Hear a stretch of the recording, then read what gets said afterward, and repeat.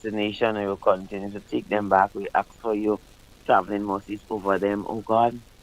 Lord, even during this season, we want to repent, call a prayer of repentance and stand in the gap for what would have happened, what is taking place during this time. Sometimes we sense to lose our sense of sanity and soberness, and we do all kind of vile and and wicked things in your sight. And God, we just come this morning and we ask for mercies, we ask for cleansing, we ask for pardon, we ask for forgiveness of our sins, of our landlord, and for the things we would have done willfully knowing that it is not right. Oh God, they said evil is always present. But sometimes we choose to do evil and rather to do good. You see, the light has come, but men love darkness rather than light, and they would not come to the light so that their sins would be their deeds would be manifested. But God, everything that was done in secret and is sown in secret, God, you're gonna reveal it, oh God. And we continue to pray in the mighty name of Jesus for our soberness, for our cleansing. We ask for pardon. Even as we'd have gone the next Wednesday to get ash as a sign of repentance. But God, the true repentance has to come from within our hearts and within our lives, oh God. Father, this morning we continue to intercede on behalf of our nation. We continue to watch over our children, even as they're on vacation. Many are traveling back and forth to get the uniforms and stuff for school. We pray for protection over them. We pray for your covering over them. We pray for keeping over them. And for those who would have their successes and could rejoice at the end of their CXC, whatever, CP, and all the other exams, oh God, keep on us in God. We thank you for their successes, and God, I pray that even as they look forward to such education and probably university, those going to secondary school for the first time, oh God, primary, God, we just pray over our students that you keep them humble, Lord, keep their mind fixed on you, help them to know, set a goal and a plan for the next 5 years ahead of them, Lord. We do not want the future hold, but God, we know you hold the future.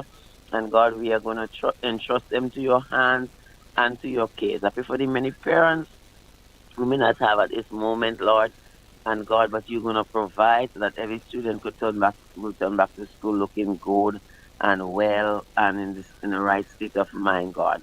And Father God, we continue to pray for your mercies, Lord. We continue to pray for our government and those in authority, Lord, as they give the vouchers and other uniform assistance, God, it will come forth for those who really, really need it and those who are waiting it, oh God.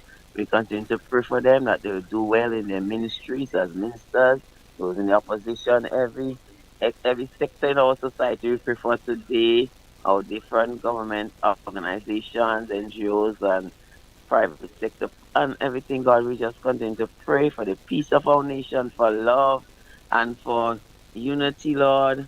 And God, we continue to pray for mercies even during this hurricane season. Sometimes we still forget so much things are threatening and forming, oh God. We continue to beg for your mercies and for your help over our nation, God, that you would not treat us as we deserve, but God, your mercy and your pardon and your love and your care will be extended towards us as a nation, as a people, Lord. Bless us today as we go through this day.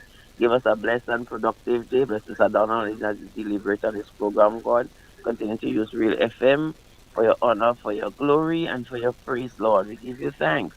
And we just want to say Lord. Thank you, Lord, for all that you have done for us.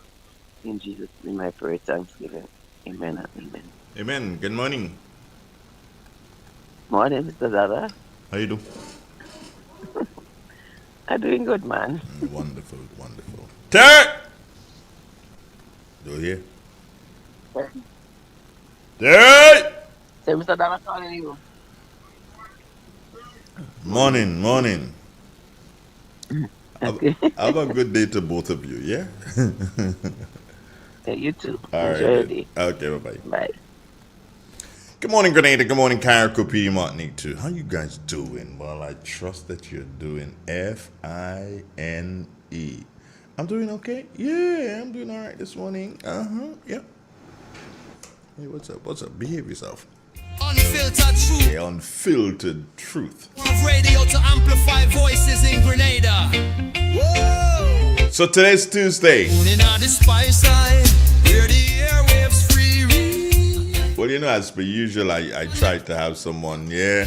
Well, I believe I have someone. I have not had any cancellation for the morning. You know, usually I get cancellation and stuff, yeah. But nah, no cancellation as yet. So it seems like we're on for 20 questions starting at approximately 7:45. Listen up for that. Send that message to your friends, especially those of you on the YouTube channel. 20 questions this morning. Who's the guest? Not saying. I'm going to keep that close to the HEART. Did I spell it correct? I have to be careful, you know. I don't want to end up like Bolio. B-E-B-B-B. Bolio. Don't want to end up like that. Morning, Chunky. What's up, bro? Hey, Chunky, you need to get in contact with me. I have a bit of something I want to discuss with you. So if you give me a quick call on my WhatsApp, yeah, 457-6188. Yeah, if you give me a quick call, Chunky, yeah. Faith Lynn, Hallie Douglas, good morning. Denise Sandy and Adrian Watts. Every single one of you latched on. 10 minutes after the 7 o'clock count. The radio, no silence, the struggles we face. Coming up, we've got drumsticks. We should have in a short while. And then we have the folks from the Met Office. Who's it going to be this morning? I don't know. Could be Jonathan. Could be Fimber. Could be Andre. Could be Trisha. Yeah, could be any one of them, yeah? Good morning! In an industry where customers expect quality, M&N Hardware Limited is a leader in locally manufactured aluminum windows, doors, roofing, and guttering. Our manufacturing division is efficient, flexible, and will always go the extra mile to surpass customer expectations. If you need security, sash, casement, or projected windows, we're able to do it. Our security and heavy-duty doors are state-of-the-art and can be customized specifically for you. Using innovative coating technologies and protective film, our roofing and guttering is weather-resistant, providing outstanding color retention for many years. Available in 24 and 26 gauge and a variety of color options. We are the leading company, a family that is proving to customers they can have their dream products. M&N Hardware Limited. Foundation to roof, let's build together. It's in the feeling and how we talk. It's in the meaning and our spark. It is the thing that sets us apart. Who we are. Cause the rhythm of life keeps pumping. Together going strong. No matter what, we keep things flowing. Before we will go all in. Our hands up in the sky. Celebrating. Come let your rhythm flow. Expert nail technician wanted. Looking for a skilled nail artist who specializes in acrylic, gel nails, stunning nail art, and luxurious pedicures. If you can turn nails into masterpieces, I want you. Creative braider needed. Need a talented braider who can slay cornrows, locks, and braids, and all the latest styles. If your hands can work magic with hair, let's connect. Hit me up or WhatsApp me 403-4421. Let's create something amazing together.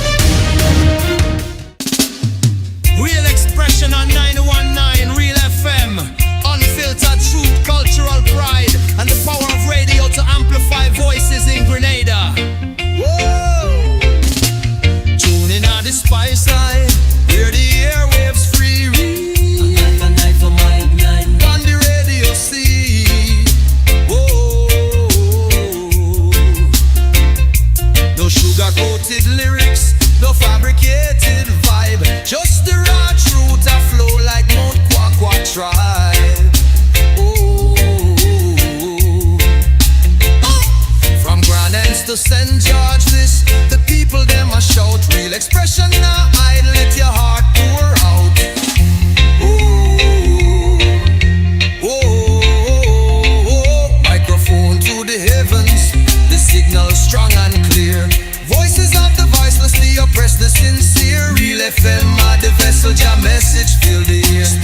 we continue in the morning time, let's say good morning to Drumsticks. Good morning to you. Good morning to the nation. I reading from the Word of God, Psalm 103. Bless the Lord, O my soul, and all that is in within me. Bless His holy name. Bless the Lord, O my soul, and forget not all His benefits. Who forgiveth all thy iniquity, who healeth all thy disease, who redeemeth thy life from destruction, who covereth thee with His loving kindness and tender mercy, who satisfy thy mouth with good things, so that thy youth is rewarded like an eagle. The Lord escorted righteousness and judgment for all that are oppressed. He made known His ways unto Moses, His act unto the children of Israel. The Lord is merciful and gracious, slow to anger, and plenteous in mercy. This is the end of the scripture reading this morning. And thank you, my dear. How was your night? It was good. It was good. You dream? It was great. What did you dream, Drumsticks? What did you dream? I didn't dream anything, but You dream No, a whole night go past and you didn't dream nothing. No, it's your story, Drumsticks. It's your story. sometimes I was getting really good dreams, you know. Well, yeah, you must get a good dream and give me. Okay. When the Lord, when the good angel bring a dream for me, I will. Okay. I was getting medicine, I think in sleep to drink, you know. Alright. Well, get that medicine for me. I tell you, when the Lord, when the angel bring a good dream for me, I will tell you. Okay. Okay. Okay. Okay, I hear you, darling. Anyway, take care of yourself. Have a wonderful day. You have a lovely day too. All right, Bye. Jones. Okay, bye-bye now. It's real. It's 91. Yeah, that was my good buddy there, Drumsticks. Yeah, Tuesday with a difference. That's what it is today. Real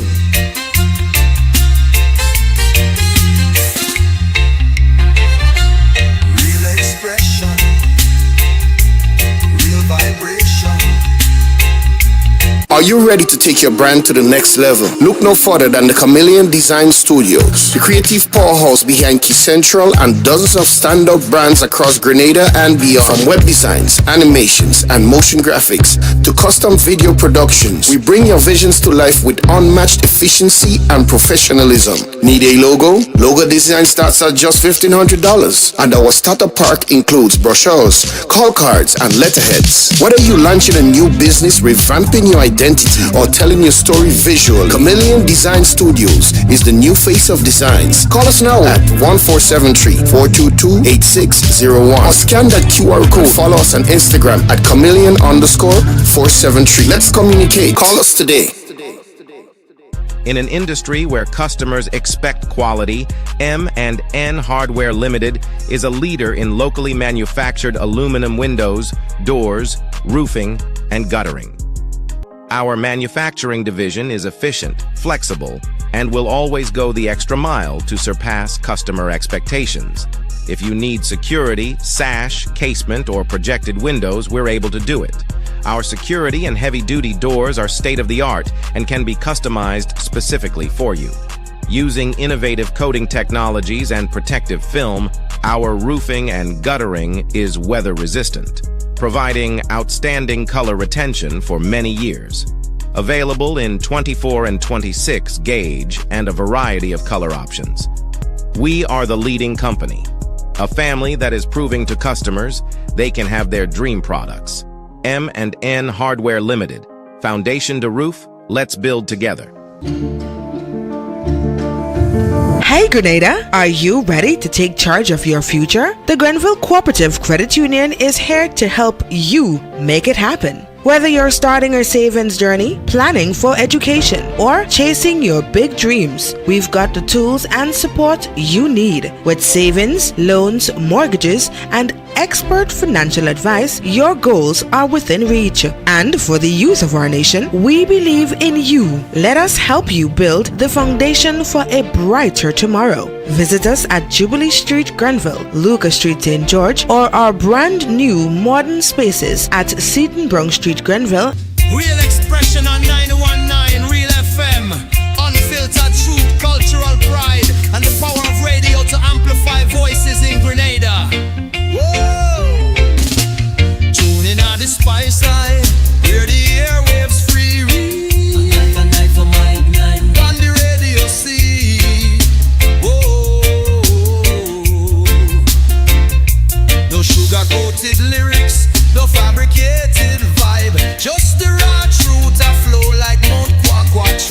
alive. Ooh. From Grand Anse to St. George, this the people them a shout. Real expression now I let your heart pour out. Ooh. Oh, microphone to the heavens, the signal strong and clear. Voices of the voiceless, the oppressed, the sincere. Real FM are the vessel, your message fill the air. Speak your truth, Grenada, where your heart there. Real expression, real connection. 91.9, the righteous reflection. From the hills to the harbor, hear the nation sing. Real FM, the sound where make freedom ring.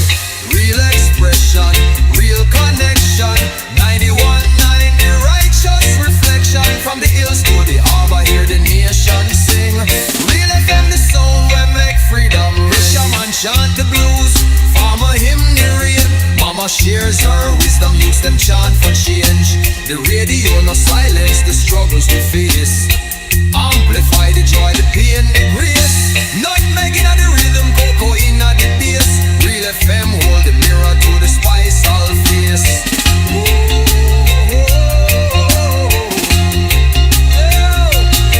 Reel up the truth, select and let the people speak. 91.9, no weak heart, no meek. From Carriacou shores to the Crater Lake deep. Real expression loud and the nation loves. Lyrics are a temple, the DJ is the priest. Every song a sermon, every word released. No censorship, no chains, just the soul laid bare. Grenada's heartbeat pulsing through the FM here. When the storm take the island, the signal still repair. Real FM 91.9, the sound of prayer.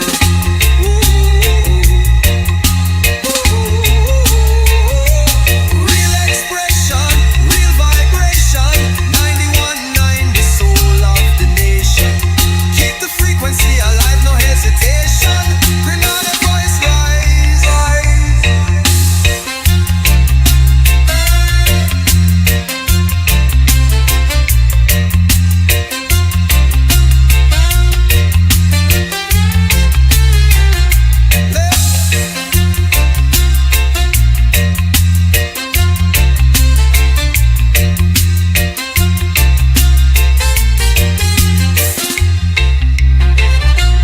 Real expression, real vibration. 91.9, the soul of The pulse of the Caribbean, heart and soul of St. Patrick. Good morning, Jonathan Price. Good morning to you and good morning, listeners. That was the weather for today, Tuesday the 19th of August, 2025, was recorded at the Mount Bishop International Airport. It is currently fair. The winds are variable at 2 miles per hour. Barometric pressure is 1014.5 millibars, which is above normal and rising. Present temperature is 27.8 degrees Celsius and relative humidity 81%. Yesterday's maximum was 31.5 degrees Celsius and the minimum last night 27.1 degrees Celsius. Over the past 24 hours, 0.1 millimeters of rainfall was recorded, which brings the total for the month so far to 24.3 millimeters. And now for the public forecast for Grenada, Carriacou, and Petite Martinique Valley for today and tonight. The weather is expected to be generally fair and hazy, becoming partly cloudy as the day progresses, with brief light to moderate showers and a low chance of thunder. Today's max will be 32 degrees Celsius, with winds east-northeasterly to east-southeasterly at 8 to 18 miles per hour. Seas will be slight to moderate, with waves up to 4 feet in open waters. Low tide will be at 7:30 a.m. and high tide at 1 p.m. Sunset will be at 6:25 and sunrise at 5:56. Just to repeat the public forecast for today and tonight, the weather is expected to be generally fair and hazy, becoming partly cloudy as the day progresses, with brief light to moderate showers and a low chance of thunder. From the forecasters, Mount Bishop International Airport, I'm Jonathan Price. Have a great day. Thank you, Jonathan. Have a wonderful week, my brother. This is Real FM, definitely the best. Yeah, and here's what I still have. I still have my guest this morning. I have no how you call it? No cancellations. Today's expected. It looks like it's gonna be a wonderful day. Would you like to join me today? Yeah.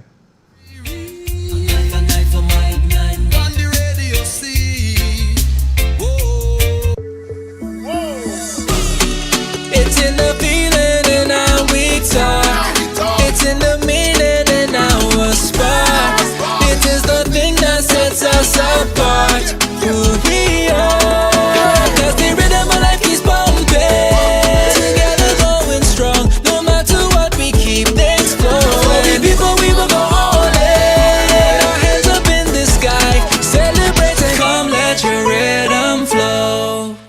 In an industry where customers expect quality, M&N Hardware Limited is a leader in locally manufactured aluminum windows, doors, roofing, and guttering.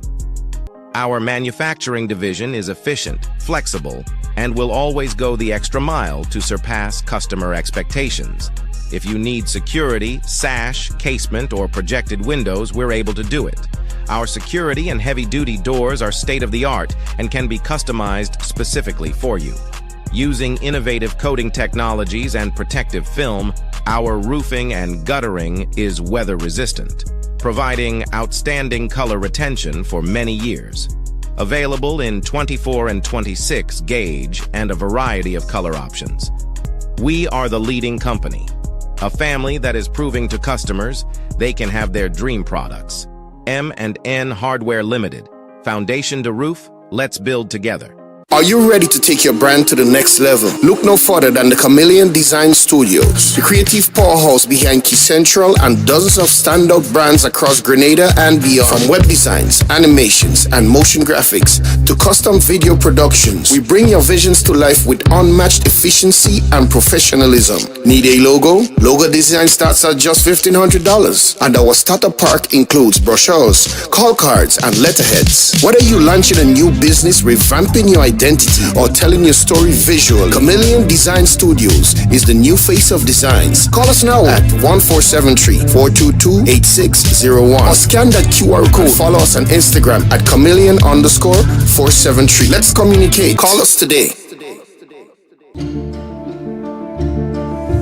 Hey Grenada, are you ready to take charge of your future? The Grenville Cooperative Credit Union is here to help you make it happen. Whether you're starting a savings journey, planning for education, or chasing your big dreams, we've got the tools and support you need. With savings, loans, mortgages, and expert financial advice, your goals are within reach. And for the youth of our nation, we believe in you. Let us help you build the foundation for a brighter tomorrow. Visit us at Jubilee Street, Grenville, Lucas Street, St. George, or our brand new modern spaces at Seton Brong Street, Grenville. Expert nail technician wanted. Looking for a skilled nailed artist who specializes in acrylic, gel nails, stunning nail art, and luxurious pedicures. If you can turn nails into masterpieces, I want you. Creative braider needed. Need a talented braider who can slay cornrows, locks, and braids, and all the latest styles. If your hands can work magic with hair, let's connect. Hit me up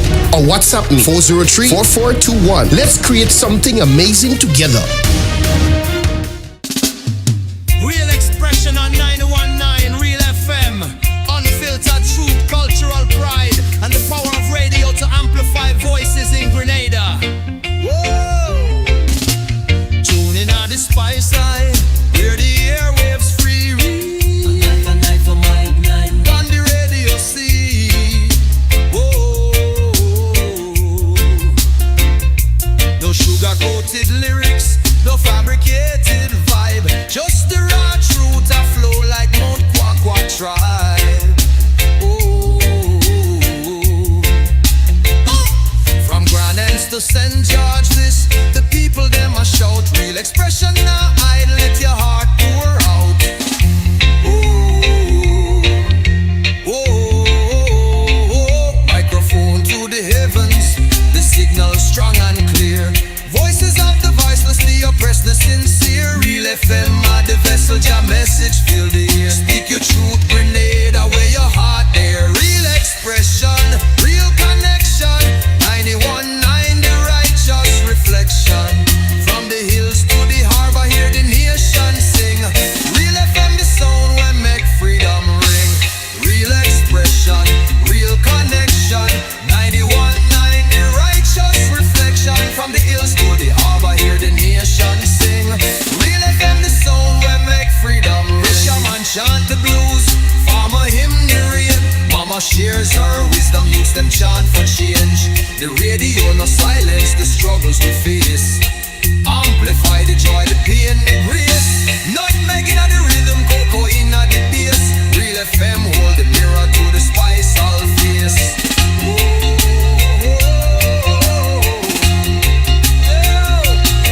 We'll up the truth select and let the people speak. 91.9, no we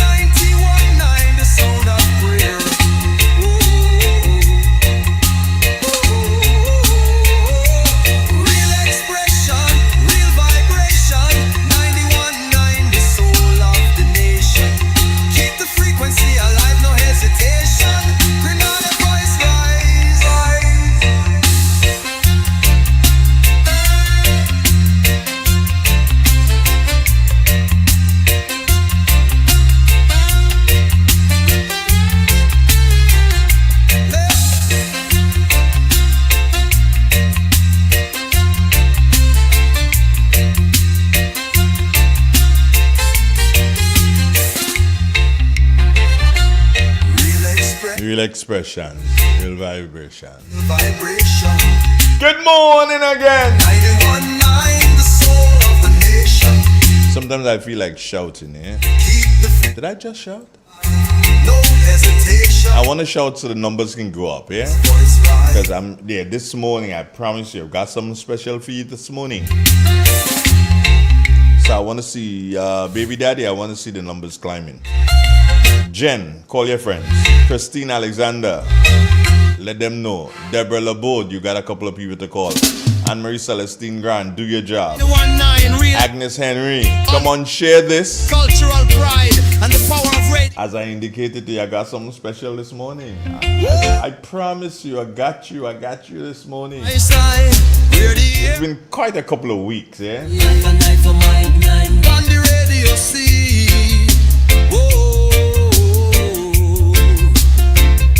No sugar-coated lyrics, no fabricated vibe. Just the raw truth a flow like Mount Kwakwa tribe. From Grand Anse to St. George, the people them a shout real expression now. Come on, let's see those numbers climbing. Anastasia Clive Raymond, good morning. Yeah, Peterson girl. Microphone to the heavens, the signal strong and clear. Voices of the voicelessly oppressed, the sincere. Real FM are the best. Unless I ain't see the numbers reach a certain figure, I ain't saying anything, yeah? Now where your heart there, real expression. No, my guest is not here, is here.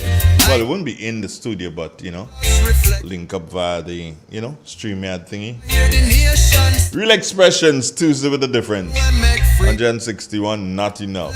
Real connection, 91.9, the righteous reflection from the hills to the... And to be honest with you, I don't really blame you. I tell you why I don't blame you. Because for the past couple of weeks, I've been disappointing you, right? The blues, farmer him. And not having a person. Sharon Felix, what's up, girl? Change, the radio no silent. But this morning, no disappointment. This morning, as a matter of fact, I spoke to a person a short while ago. Making of the rhythm, cocoa in the bass. Real FM, hold the mirror to the spice, all face.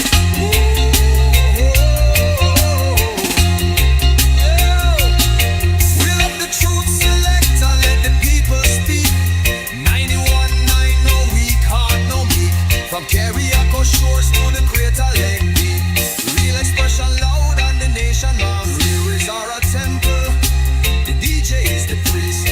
Every song a sermon, every word released. No censorship, no chains, just the soul laid bare. Grenada's heartbeat pulsing through the FM here. When the storm take the island, the signal still repair. Real FM 91.9, the sound of prayer.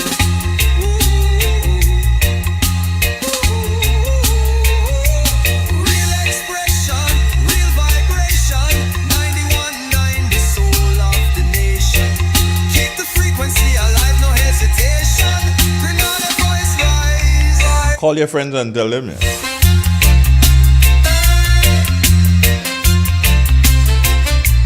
yeah, call your friends and tell them. Some Andre must have somebody's on the line wanting to talk to me. I don't even know. Hello, good morning.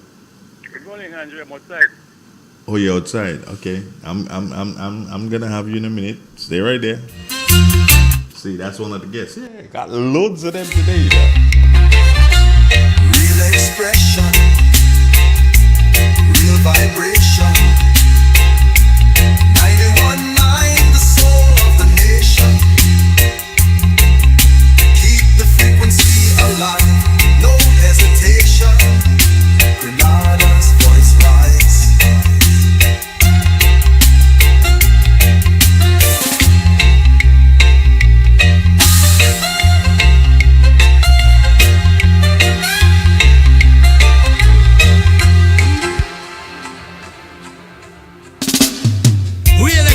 On 919 Real FM, unfiltered truth, cultural pride, and the power of radio to amplify voices in Grenada. Whoa! Tune in on the spice side, where the airwaves free. On the radio, see. Whoa! No sugar-coated lyrics, no fabricated vibe, just the raw truth a flow like Mount Kwakwa tribe.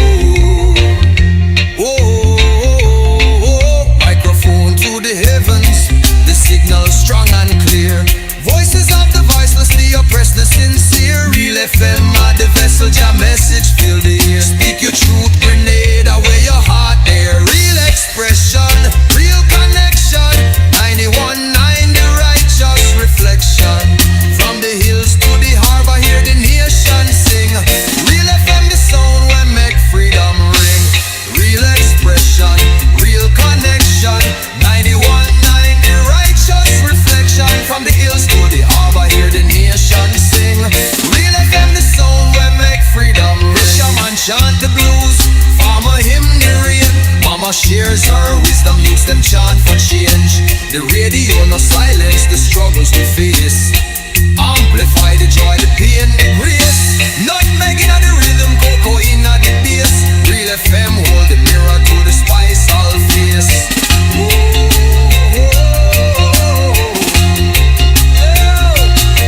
Fill up the truth select and let the people speak. 91.9 no weak heart, no meek. From Carriacou shores to the Greater Lake deep. Real expression loud and the nation loud. Lyrics are a temple, the DJ is the priest. Every song a sermon, every word released. No censorship, no chains, just the soul laid bare. Grenada's heartbeat pulsing through the FM here. When the storm take the island, the signal still repair. Real FM 91.9, the sound of prayer.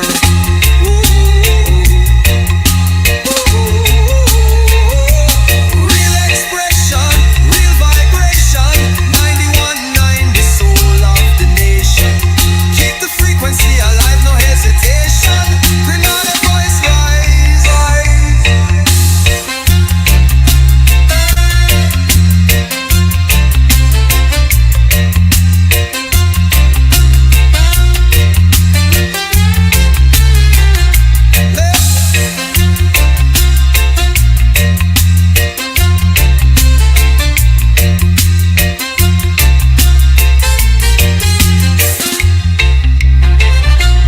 Real expression, real vibration. 91.9, the soul of the nation. Keep the frequency alive, no hesitation. Grenada's voice rise.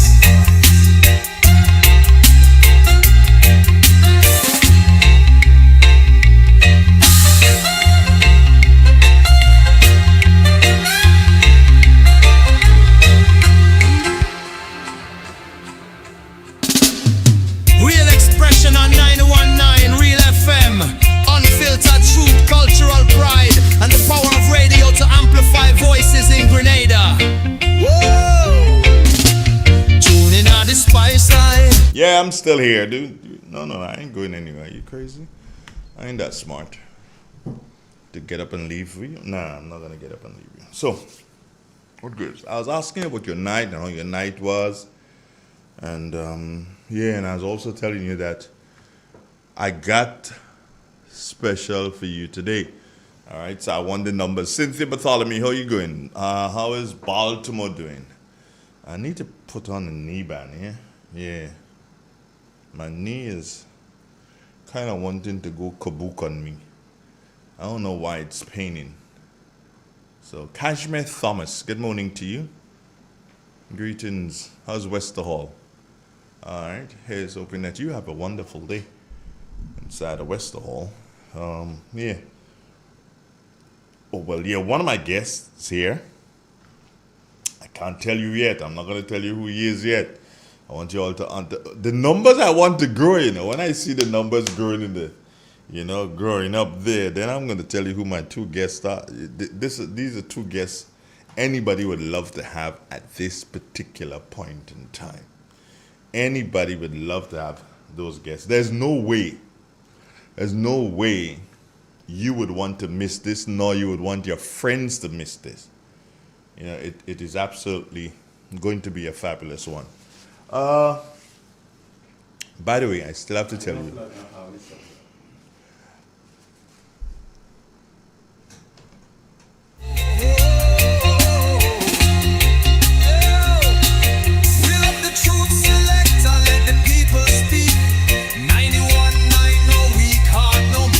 From Carriacou shores to the Greater Lake deep.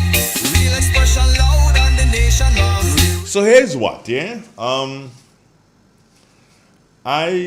We have this problem with the United States at this time. Yeah, it's a concern. Can it be solved? Yeah, I believe it can be solved. How? I don't know. I'm not a diplomat. Not many people would say, or everybody would say, no, Andre is not much of a diplomat. Kester Victor, good morning to you. So here's what. Can this problem be solved? Yeah, I believe it can be solved. they'd have to figure that out. The Chinese are very good at diplomacy, so they probably need to speak to a couple of Chinese, and they may be able to get some help from the Chinese. But yesterday, was it yesterday? Yeah, yesterday, I saw something else that kind of was, I don't think it was proper again to say, again, the diplomacy. Again, that, the diplomacy is not really there. And I was like, surprised? Well, yeah, surprised that they would say something like that. And I'll read something to you.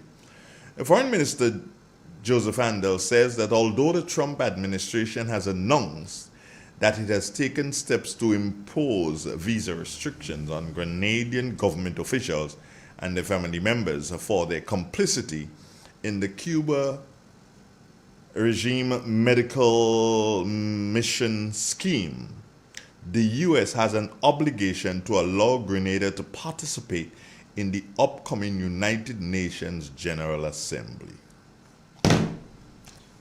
I tell all you, them people and them don't understand diplomacy.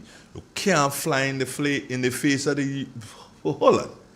You just enter Form 1. Yeah? The bully is in Form 5. And the bully is coming at you. First day of school. Yeah? Or your first 3 days in school. The bully in Form 5 is coming at you. You're in Form 1. But the best thing for you to do is to run it. I ain't know nothing else for you to do. I can't tell you stand up to the bully. Are you crazy? You going to stand up to a Form 5 boy? Or Form 5 girl? You going to stand up? You must be crazy. You're just not enough. You are just not enough. And Mr. Andel, you seem not to understand what is diplomacy. When a question like that comes your way, you don't answer. Or the best answer you would give is, well, we'll see what happens when we have to attend the United Nations General Assembly. You don't say, well, they had to let me go. They don't have to. The country is theirs. The country is theirs. And here's what. The United Nations can say to you, attend virtually. They could tell you that. You understand? So you attending virtually. They could tell you that. The United States can say to the United Nations, watch, I ain't letting Grenada come in here now, because we have issues with Grenada. So they can't come in. So organize for them to do so and attend virtually. Blap, the United Nations do so and organize. They send down a team of people with cameras and everything and set you up in a room so that you could attend virtually.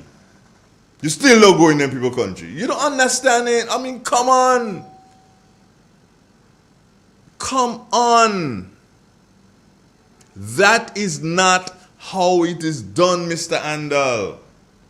You have, according to Mr. Pierre, you have no political tact. You're not understanding the politics at all. You understand? No, you're not understanding the politics. This is not how it is done. I mean, they say I have no diplomacy about me, but I ain't better than you, but I know you're worse than me. Definitely, I ain't gonna say that I'm better than you when it comes to the politics thing or the diplomacy thing. I'm not better than you, Joseph Andel, but you're worse than me. Come on. Okay, so I see my guest is trying to sign in there. I know the guest will be hearing me, so if I would see I'm not seeing your image. So if I'm not seeing your image, and I don't know, I need to see your image. So where are you? Give your camera access to the program. Ah, there you are. Woo! Jesus Christ! Watch close. Been to the laundry, into the laundry, and had somebody steam press, boy. What talking about? Anyway, what's our time? Oh, yeah, 7:47. Now, this morning, as I indicated to you, let's get straight to it. We ain't got time to waste because we got it. As I indicated to you this morning, I have two guests this morning. And the two wonderful people, eh? Two wonderful people. So I'm going to introduce the guest. My guest who's online, yeah, who's attending virtually. Yeah, he's attending virtually. The same thing that that Mr. what's his name? Mr. Andal and them might get when they try to go to the United Nations. You can't pass, you can't go in my country. And next thing they have to attend that virtually. But no, I have to, oh yeah, so I have to do it this way. So I have to bring in myself and the, okay, well, I'll do it this way. First guest, yeah, this is our first guest this morning. And let me say good morning to Mr. Tafa Pierre. Good morning, Mr. Pierre. How are you doing? Good morning, Mr. Don. How are you doing? Yeah, excellent. Right, wonderful. Nice to have you. Thanks for having me. Yeah, well, I'm sort of a and you're only supposed to laugh at this if you choose to. I'm showing the people I could handle a virtual thing so they could send for me so I could, you know. Yeah, well, I tell you, you're only supposed to laugh. Yeah, you're not supposed to do anything else but laugh. With you know me, I'm supposed to be the mad one. And I've got another guest in studio, Mr. Pierre. You would love. I'm trying to see how to bring him in. Okay, yeah, extra camera in, and trying to see if I can bring it. Oh, anyway, let's deal with this. Let's deal with you, and then while I'm dealing with you, I'm trying to see if I can bring. But I can tell you that it is Mr. Brave Boy. Do you know Mr. Brave Boy, Mr. Pierre? Do you know Mr. Brave Boy? You mean from Birch Grove? Of course, my historian, Yes, a distinguished historian. Of course, and he's here. So say, Mr. Brave Boy, you can say good morning to Taff, you know. Good morning, Mr. Pierre. Hey, historian, how are you? I'm okay. Yeah. It's humbling to be in the same space with you. I mean, I think I'm more humble to be in your space. Well, all you're fighting for humility. You see, and I'm supposed to be able to say whatever I want when I want, as long as I don't slander somebody. You're all fighting for humility, while some people don't have humility. Don't chorus me. I know what I say. Some people don't have no humility, and all you're fighting to be humble.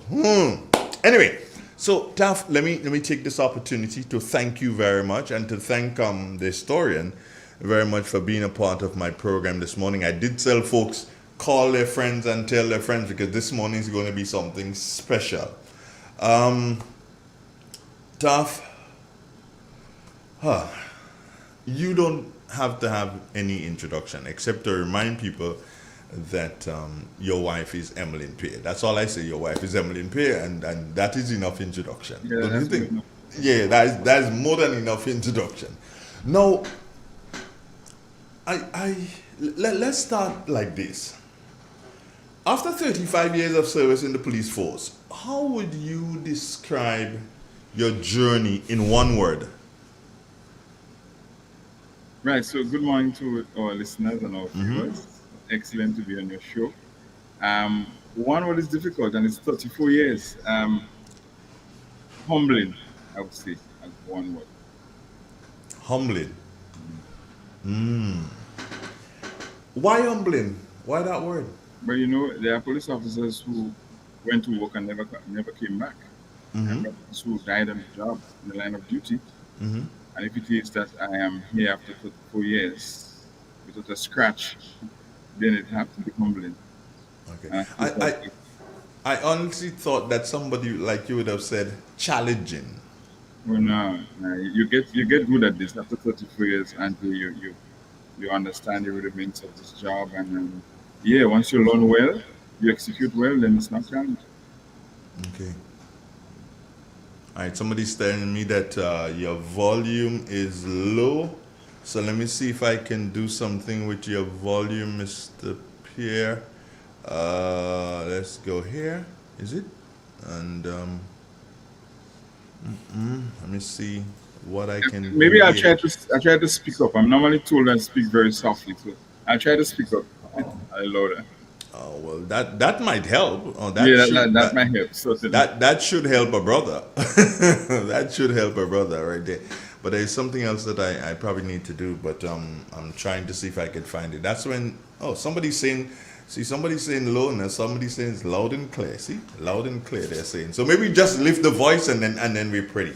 Yes. Right. When you first joined the police force as a young man, did you ever imagine that you would rise to the rank of what superintendent it was?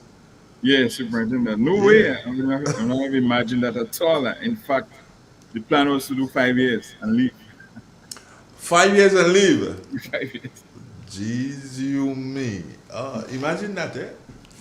5 years and leave. What kept you motivated through all this long hours and days of policing? What kept you motivated? I think as you get going, the will to serve, you see you're able to help and support people, foster change in certain issues. People look up to you.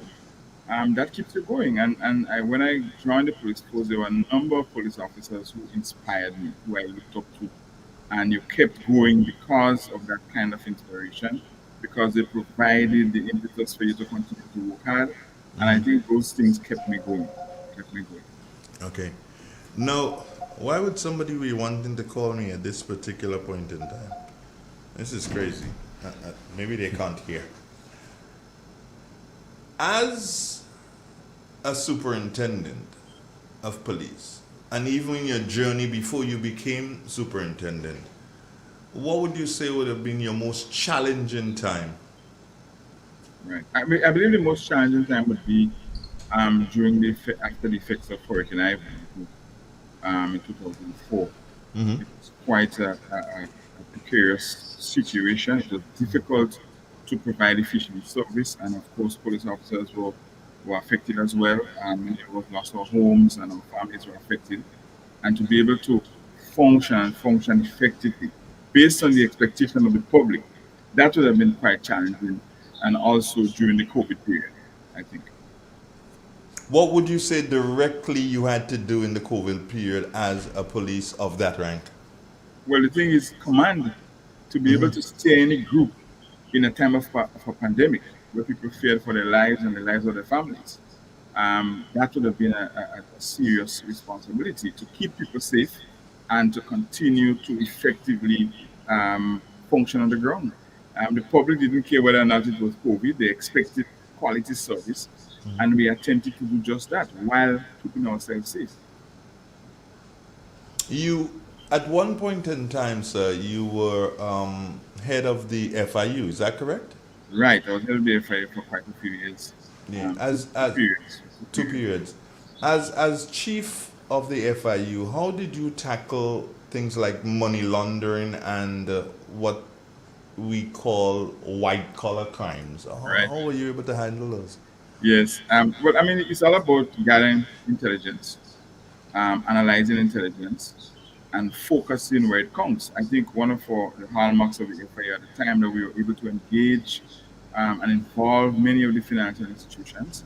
And once you have the support of the institutions, then half your work is done. A lot of what we asked to be done was pursued by the institutions. And so that made it easy to pursue persons who are involved in money laundering or even drug trafficking, or other crimes that you call white collar. Sounds a bit racist though. Yeah, it sounds, it does. But I suspect it is called that way because it is viewed to be a more polished crime or committed by persons who are involved in certain higher positions. But yeah, I think collaboration, intelligence gathering, and of course the public. We have quite a supportive citizenry who come forward, who support, who advises, and that makes it easy to collect intelligence. So sometimes we give ourselves a lot of kudos as police officers, but really it is the support from the public that makes the police look as though they're doing such a marvelous job. We have an excellent public, people who really don't like crime.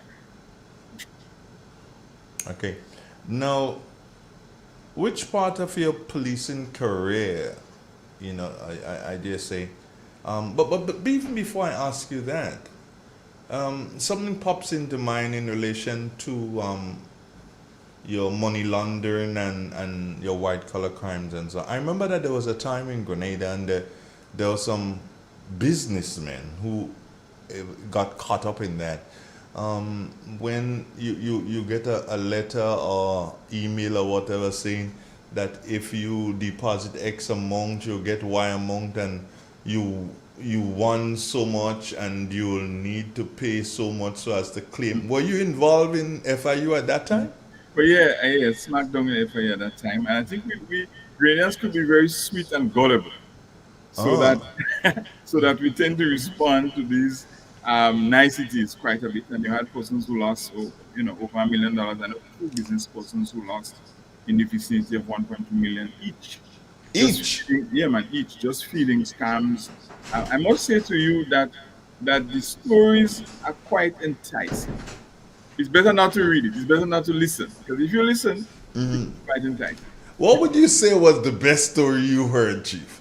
Well, the best story I heard was investing in the diamond industry in Africa. That was the best story I heard. So there's a businessman who was feeding an investment he thought in the diamond industry, and he lost 1.3 million thereabout before he understood that there was no investment, and maybe not even a diamond. Maybe it wasn't even Africa as they put it. So yeah, people followed some sweet stories that turned out to be scams. My next statement is just meant to be a laugh, but I didn't realize that Canadian business people had all that disposable cash. Well, I guess in pursuit of an investment, yeah, they find it. Some people took loans, they engage, they do some crowd financing. They was quite innovative in getting those funds to pursue what they thought was an investment. Okay, so what accomplishment do you think in your career, sir, that you're most proud of? Right. Well, I made quite a few people happy.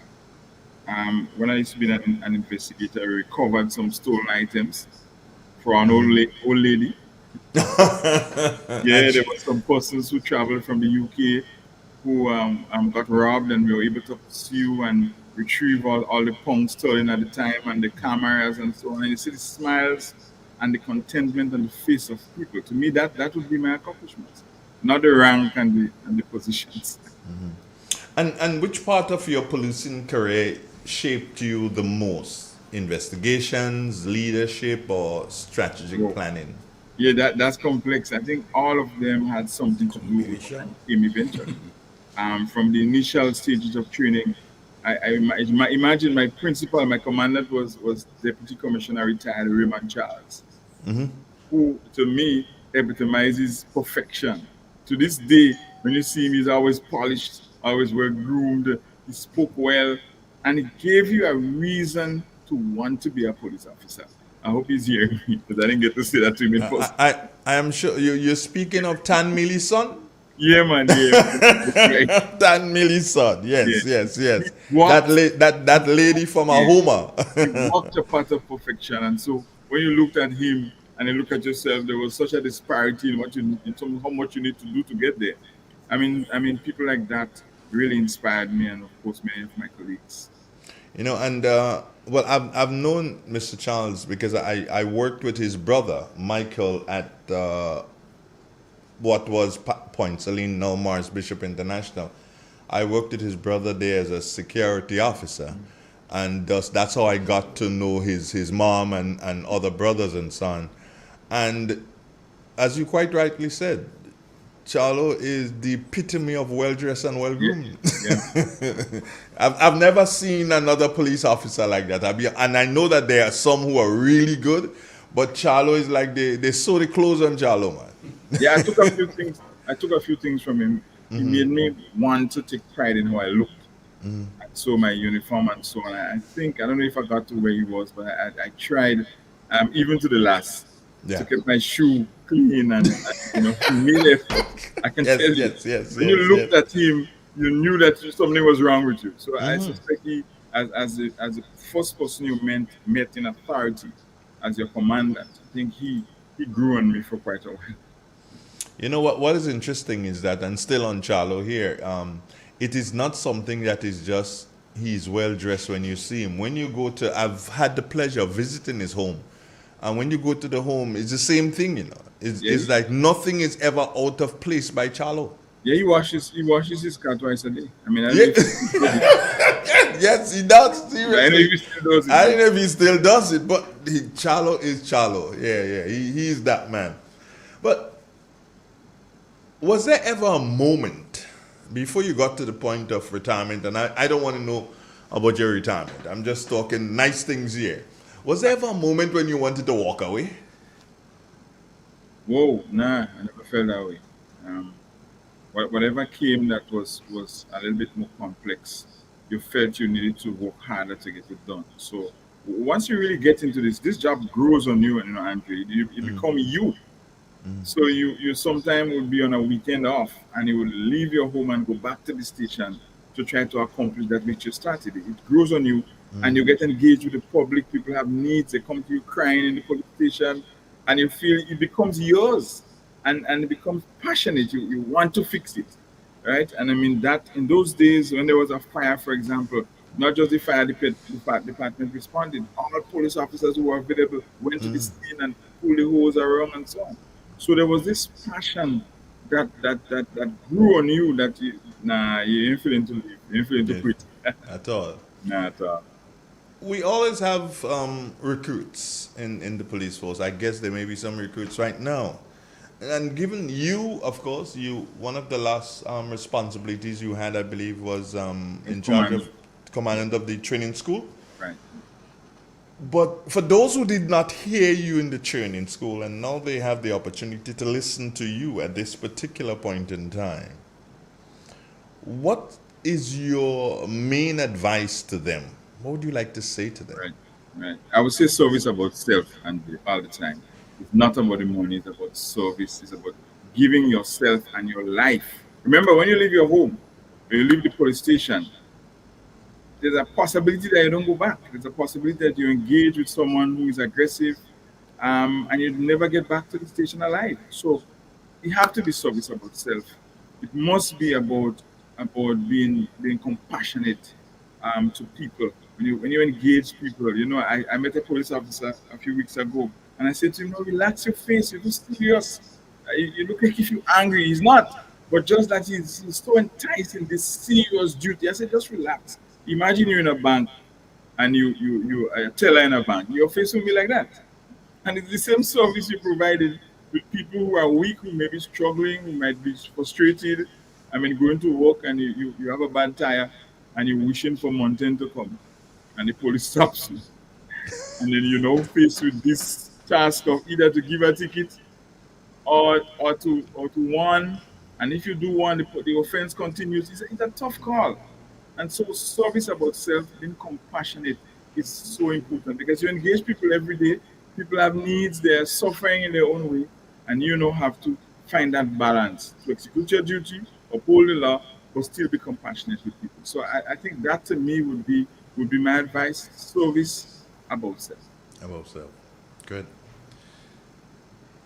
Let me dive into your personal life a bit. If there are any questions that you don't believe that you should answer, you don't have to answer them, sir. We could just say just move on. So my first question is, your wife is the leader of the opposition. Mm-hmm. Now, how do you guys balance this? Two very well balanced, because you've retired. Mm-hmm. But how did you guys balance that? Two public lives under one roof. How did you do it? But you see, I think what we've carved out for ourselves through God is a home, a peaceful home, a place of comfort and rest. So when we get into the house, the love songs begin and family begin. So we are enticed in our family life very much. And it's been 34 years I've been with this chick and married for 30 years, so it's a long time. It's a long time. So we find a way to keep the job outside. Imagine a politician and a police officer. That could be a heap of stress if you're not managing it well. And so we've managed to manage and find a balance. And we've been quite successful doing that. You have what, 3 or 4 children? Oh, three sons. Three sons. Three sons. What values do you hope that they will take from the fact that you've served Grenada for what, 34, 35 years? Yeah, I still want them to believe in service, Andrea. I still want them to embrace the fact that people need to give back. All right, I'm not sure if they want to give back with their entire life as I did, but we must find some way to give back to the community, to the society, whether to help someone, to embrace someone. I think giving back is important. That is what I think I've been doing for the last 34 years, and I think my sons have embraced that. This important value of giving back to somebody else and not just keeping everything to yourself. Sometimes we wallow in position and authority and so on, and that really is but nothing. What we would be judged by is how much we gave. And that is what I would want to leave with them.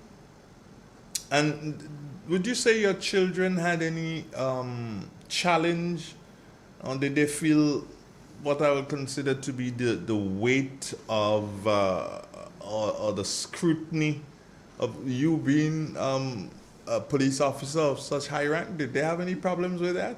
But I suspect, the threshold will be quite higher for them because they will always be reminded that your mother is this and your father is this. We will try to just let them be children.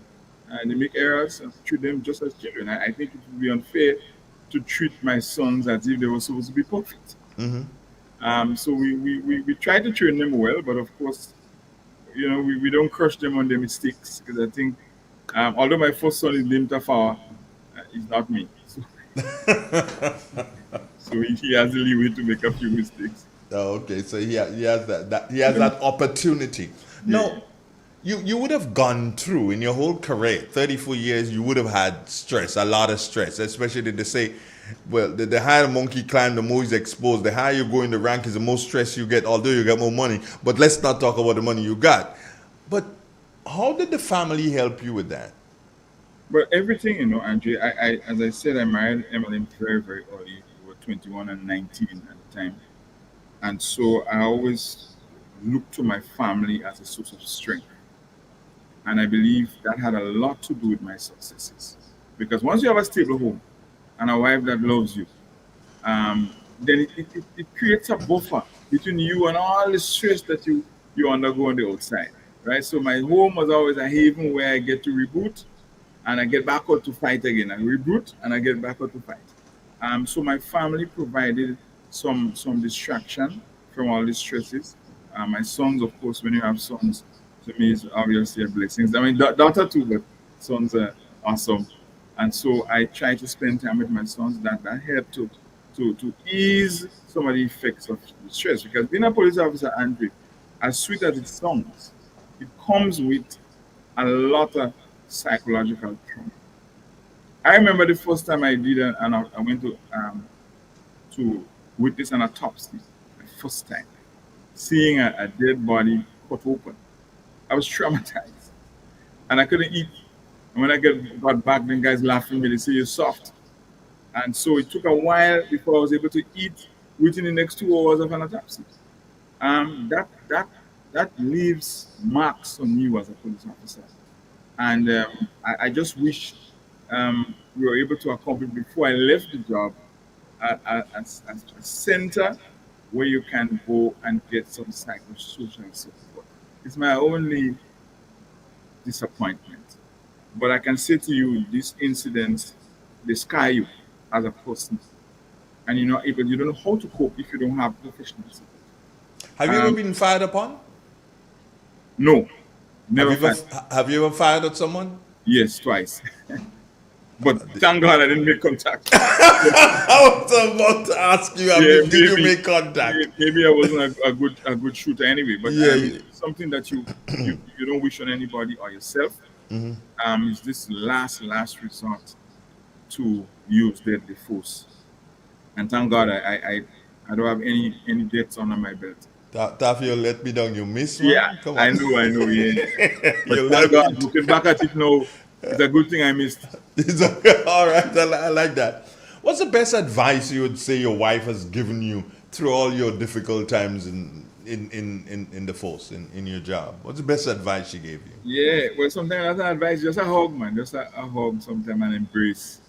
That work the trick. And sometimes I come back and it's difficult because the environment we function in, which is the political environment, that had its own effects, its own pressure. Because everything you do now is marked by some color.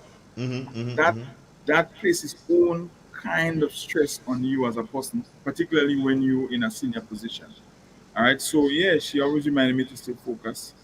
And Emma is a workaholic, so sometimes she helps distract me with something she's doing. Maybe she adds something to my responsibility at home, and that helped.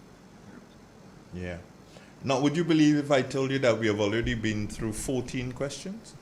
Yeah, yeah. What I mean, yeah, a whole lot of questions. We've been through 14 questions. And I did see, well, the program is 20 questions.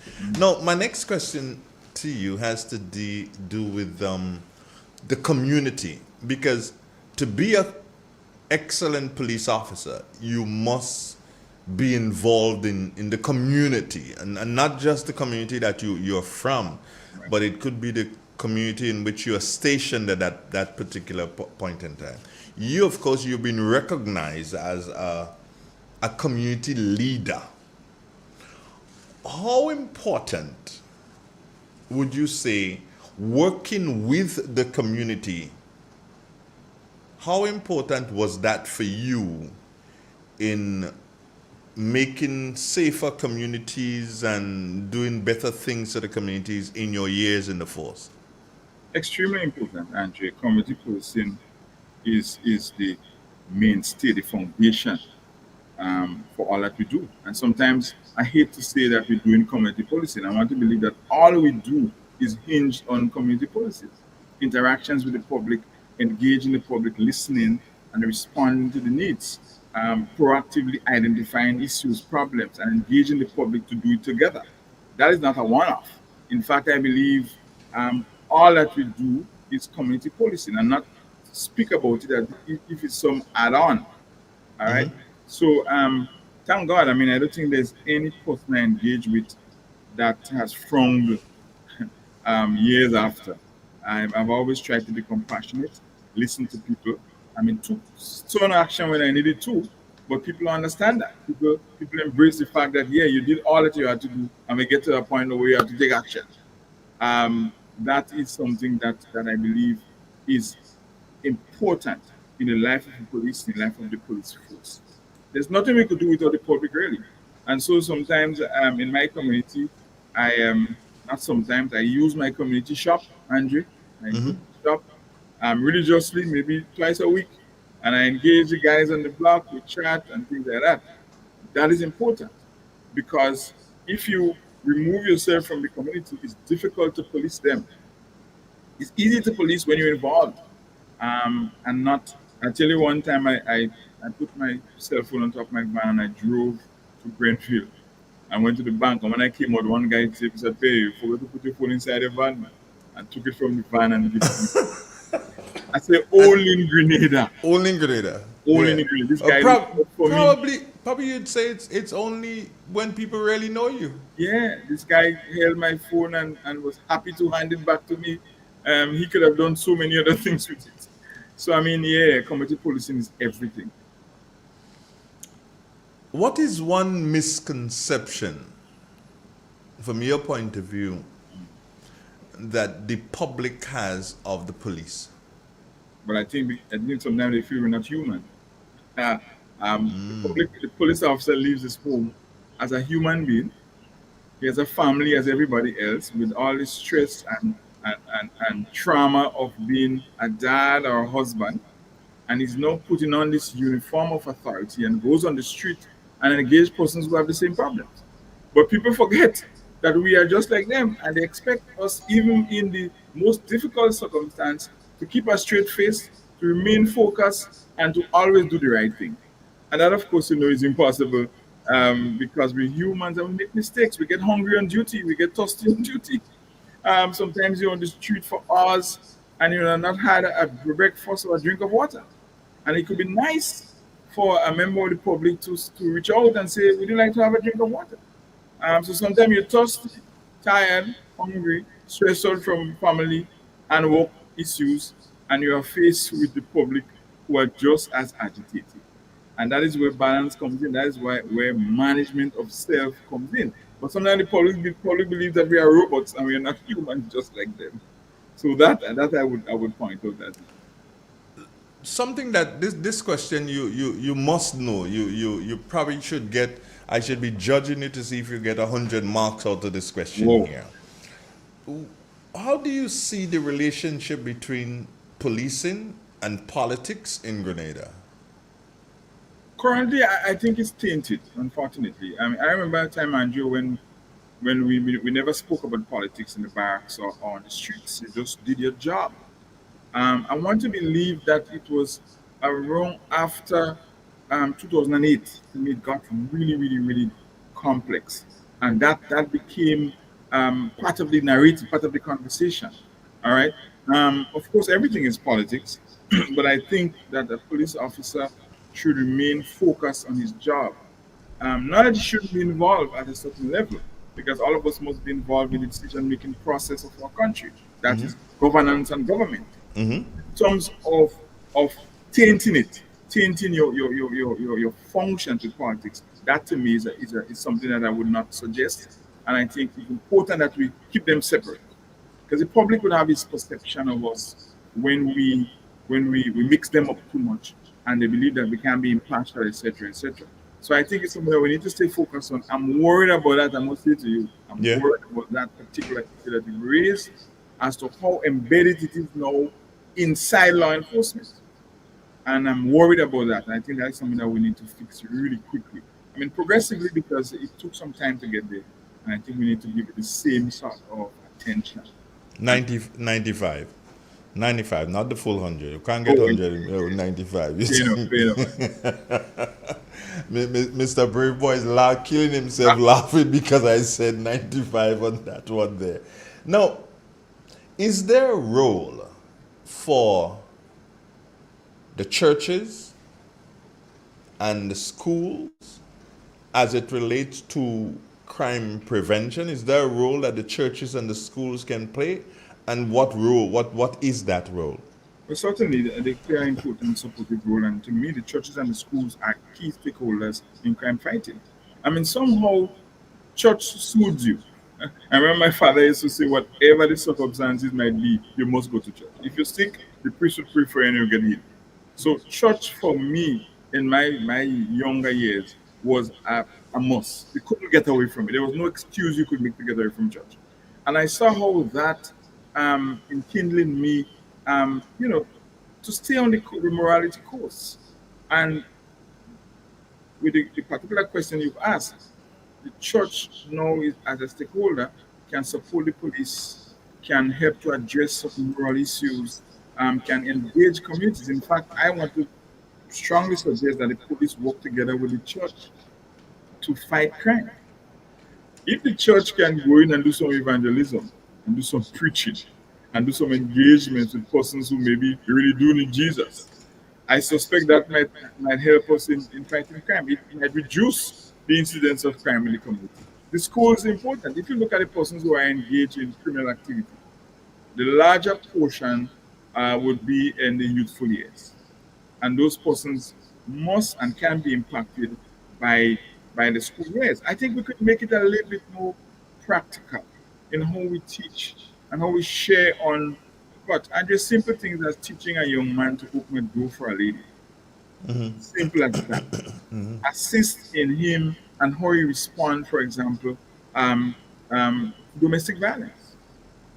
So from the formative years of a child, if he understands the value of the woman and the importance of caring for the woman, he might be less likely that he strikes her when he gets angry.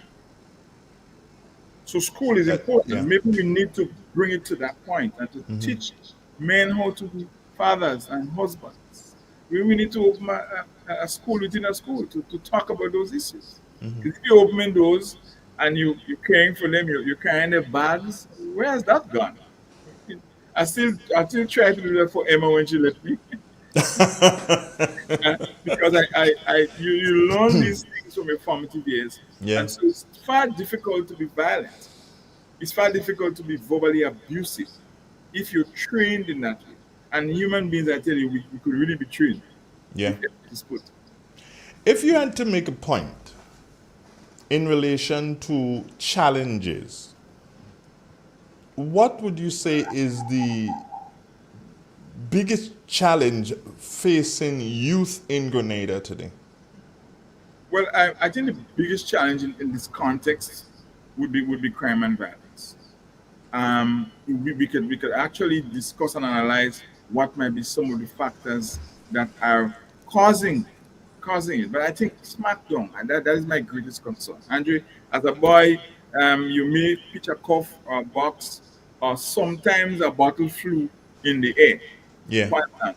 But now we're dealing with guns, Andrew, in the hands of persons who are not trained, who are not disciplined. Right? So that scares me a lot. I think that smackdown would be the greatest challenge for me, particularly among our youth. And Andrew, if persons are not engaged, they're more likely to be involved. All right. So engagement, employment. Nobody convinces me that being poor it makes you naturally violent. Otherwise, many of us, including you, Andrew, should be sitting at Richmond Hill now in the prison. So poverty is not the excuse. It's actually engagement, and even mentors. How we mentor our children. I mean, even if you're not my son, I can be good to you in the community. So I'm really worried about our young people involvement in criminal activity, and we really need to do this. And you mentioned churches, schools, the police, the community groups. We really need to come together and make it a community issue. We're very removed from criminal activity and young people and community. Let's bring it back to the community. Let's ask the community how to solve these problems. Because largely, Andre, Grenadians really do not like criminal activity. We don't like crime. That is why the police is so successful. I live in the rural community and I listen to the community every single day. And there is a noise that's coming from the community which says that they're not, and they believe that they're not treated fairly when it comes to policing and when it comes to resources that police have in dealing with their communities. They believe that they get the worst vehicle. Before they get it, just before it has to go to the scrapyard and the graveyard, and so many of the different things that they believe they don't get because they're from the rural community. Do you go along with that? Your thoughts on that? No, I don't subscribe to that, Andrew. You didn't subscribe. I don't expect you to. You're still a police. No perception, man. You're still a police. I don't expect it. Nah, that was my way of finding out if the thing is if the statement is correct. Once a police, always a police. Nah, you will never say, yeah, I believe that. You wouldn't say that. I know that. I know that for a fact. That was just my trick question there for you. But nonetheless, Taf, you're 60. You're not even 60 yet. No, I'm 52. I'm far. You're 50, so you're far from 60. What's next for Tafa? I'm still basking in retirement, Andrew. So I'm in a place where I feel happy, not knowing what's next. For once, I got up this morning and I'm thinking about nothing in particular, just this interview, and that feels good. I have 2 sheep in the back of the house. I went to look after them. I have a dog. Yeah, that to me is where I'm at right now. I have no idea what tomorrow will bring. I have something I can throw your way. I need somebody to replace me in the morning time. You want to try it? I can't replace you. You No, yeah, you can try it. Yeah, but why not? I can't replace you, but why not? Yeah, you can try that. You can try. You can. The first thing you do is that you come and learn the equipment and how it works, and then you take it. So then I can get a vacation, much needed one at that. I take you up on that. That's a job. All right. There you go, bro. There you go. Right there, bang on. Yeah, you can try that one. Certainly. But let me ask, and people say, Andre, you'd be dumb if you didn't ask that question. In the back of the mind somewhere, thinking of Paraclete, Lafayette, Marble, Moncton, and all those areas, is the little political thingy nudging you there, sir? No, no way. When you relate it to the communities, it was so nostalgic. No, that's my hometown, right? Yeah, nah, no political thing. But wouldn't you like to serve them in government? Not necessarily. After 34 years, I've served quite a bit. And there are a few things I can do still within the community, but not on the political front. I think. Not on the political front. Yeah. Would you say never, or would you say not at this time? Well, nobody could say never to anything. Okay. At this time, no. One is enough, and you have a politician in my house. So, but look at it this way: the children are growing up and out. So maybe it's time for two politicians in the house. Oh Lord, yeah, nah, that would kill my sons. They have enough of it. They have enough of it. Somebody has to be insane.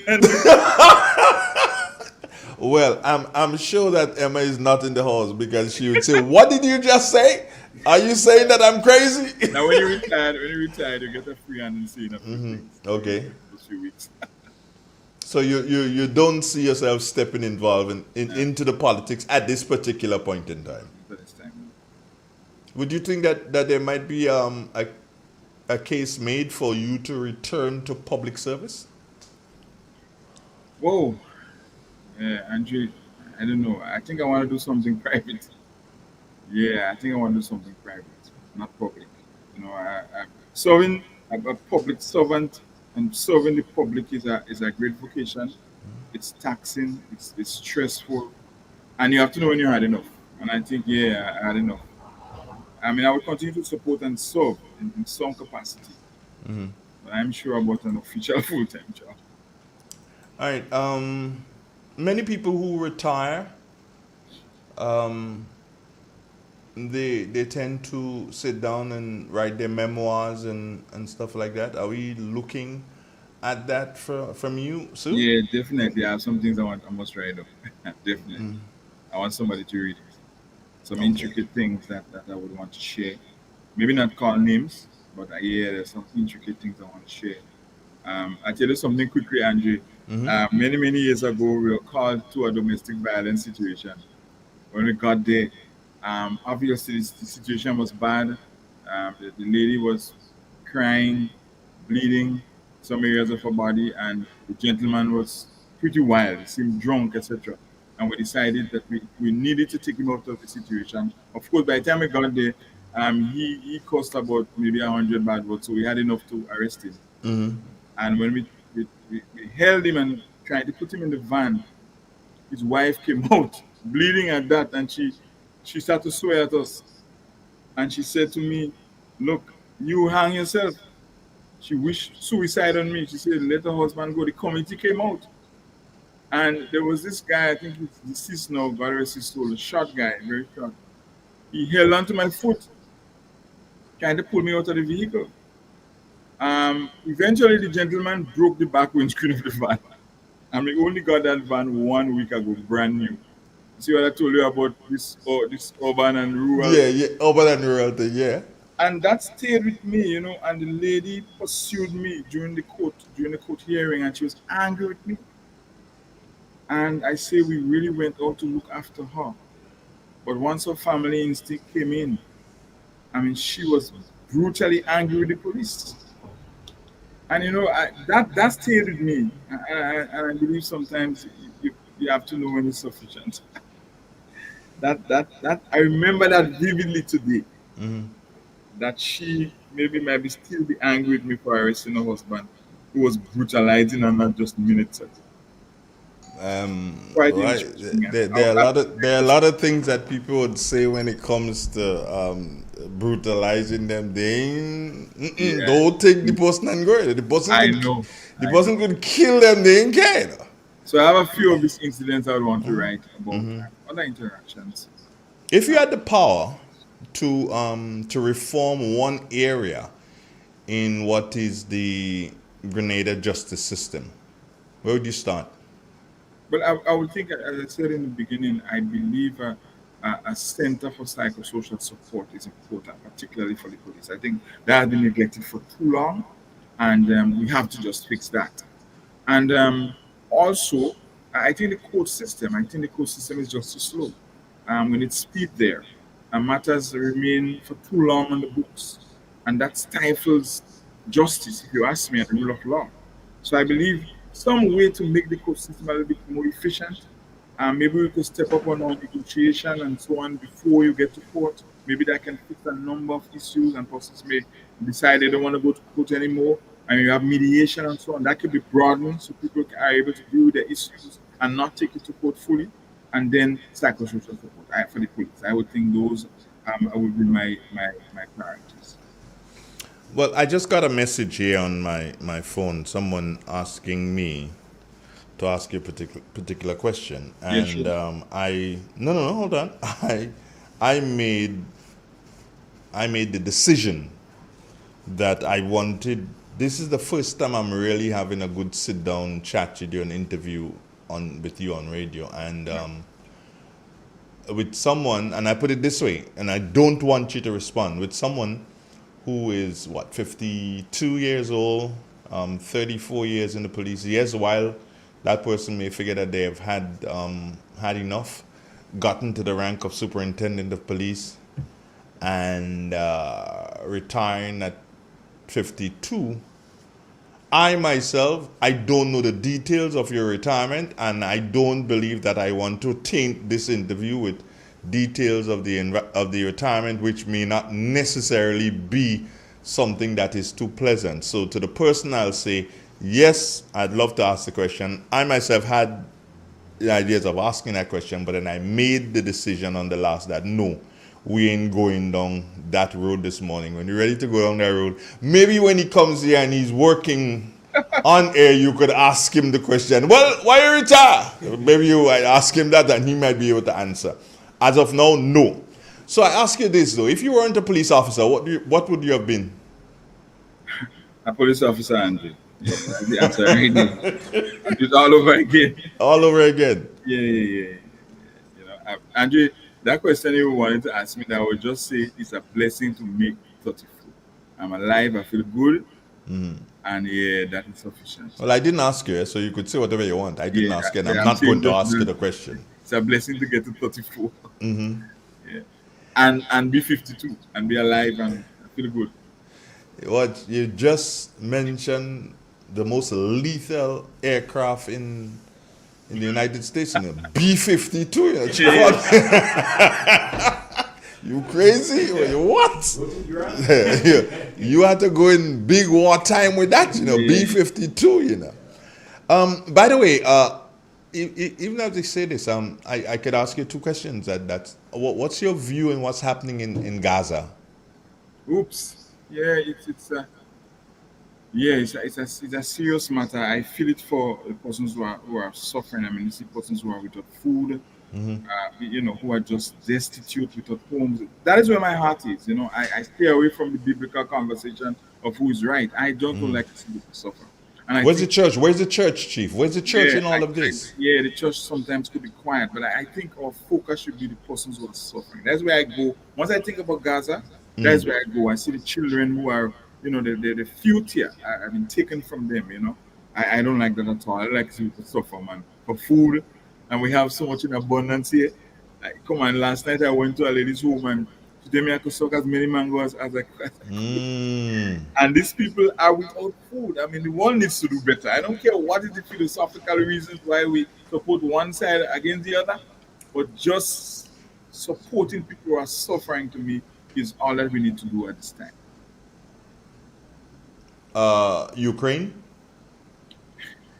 Yeah, it's unfortunate to see a sovereign country being brought to shreds.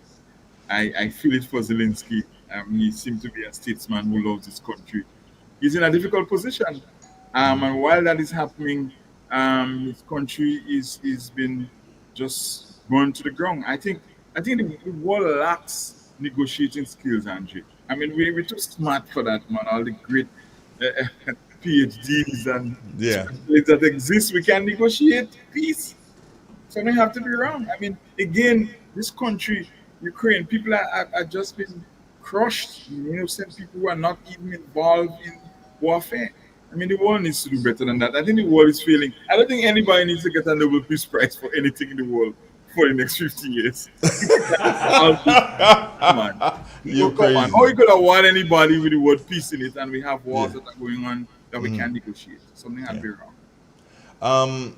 There's a lady, Marilyn Ferguson, that's just put up some numbers. What age did you join the force, staff? Oh, I said quietly at 18. Should have 18. been 19, but yes. All right, 18. Check this out. Marilyn is saying 18 years in the force, 18 you joined, 34 years you spent, and you're now 52. She says those are good numbers. I don't know if she wants you to go and gamble. Tell her it doesn't gamble, please. Just tell her you don't gamble. Maybe I tell a friend to play the mark. 18, 34, and 52. Good morning, Marilyn. How are you doing? And I know you want to tell her good morning too, Chief. I have a friend right now. If he's listening, he'll be playing that mark today. I tell you. If he's listening, he playing that one today. Oh, 18, 34, and 52. 18, 34, and I tell you what, I might just come out of here and go and play that mark today, do we? If we do so, we go broke the lotto. Now, my final question for you, and then I will give you the opportunity to ask the first question to my other guest inside of here. My final question to you is, when history is written, Taf, how would you like Grenadians to remember Superintendent Tafa Pierre? I prefer to remember me as Taff. That's the name that I'm affectionately known as. And just he served in inverted commas. That's all. Yeah. He all served. the fancy and everything else. Yeah, that doesn't. Just he served. That's it. So you're really saying that you can, you're telling me that you can do without the fanfare. Is that what you're saying here? At the end of the day, yeah, that's nothing. Just service is what is important. And I did that diligently, I think. Okay. Well, let me take this time off now, and thank you so very much for being a part of the program with me this morning. It's really and truly beautiful. Nice to have you, and I'm showing you my guest now for the very first time, Mr. Brave Boy, and I'm sure you're familiar with Brave Boy. Yeah, man. Yeah. All right. So you have the first question for Brave Boy, and maybe if you have 2 or 3, I'll welcome it. Brave Boy, he's there. Yes, I guess you can see him. Yes, sir. Yes, sir. Yeah. I wanted to thank you for having me. You know, very, very rare you get to speak about your career. It's always easier to pick the negative thing, but today we're just able to speak about those inspiring. No man, today's tough day. Yeah. Tough. Yeah. You know, it's the first time I really get to speak about my career. Okay. And it feels strange to be talking back to somebody about it. So, Mr. Brave Boy, I admire you very well. I think you have Jesus' father's trade, which is a carpenter. And I always admire anyone that could build anything using wood. So you have my total admiration. But I wanted to ask you, how do you memorize those historical events so well? That bothers me in terms of, tell me about that. Well, I think it's natural, Mr. Pierre. It's no formula. I don't cram things. Okay? It's something you read, you discover different things, and it remains with you. Yeah. There is no special formula that you have to use. It has the ability to retain. Because what I believe, you see, as a schoolboy, reading and poetry, especially poetry, is something you had to memorize. That was a subject in school. So that helped you to memorize the things you have learned. Yeah, it's definitely a photographic memory.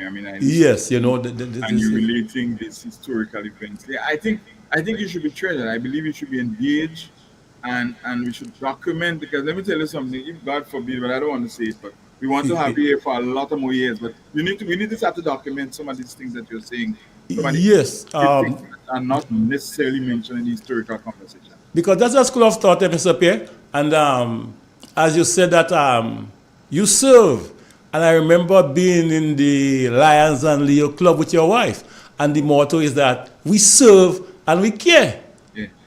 You know, so so we have that dimension. And I'm looking at it from a geographical standpoint, from where your wife is from.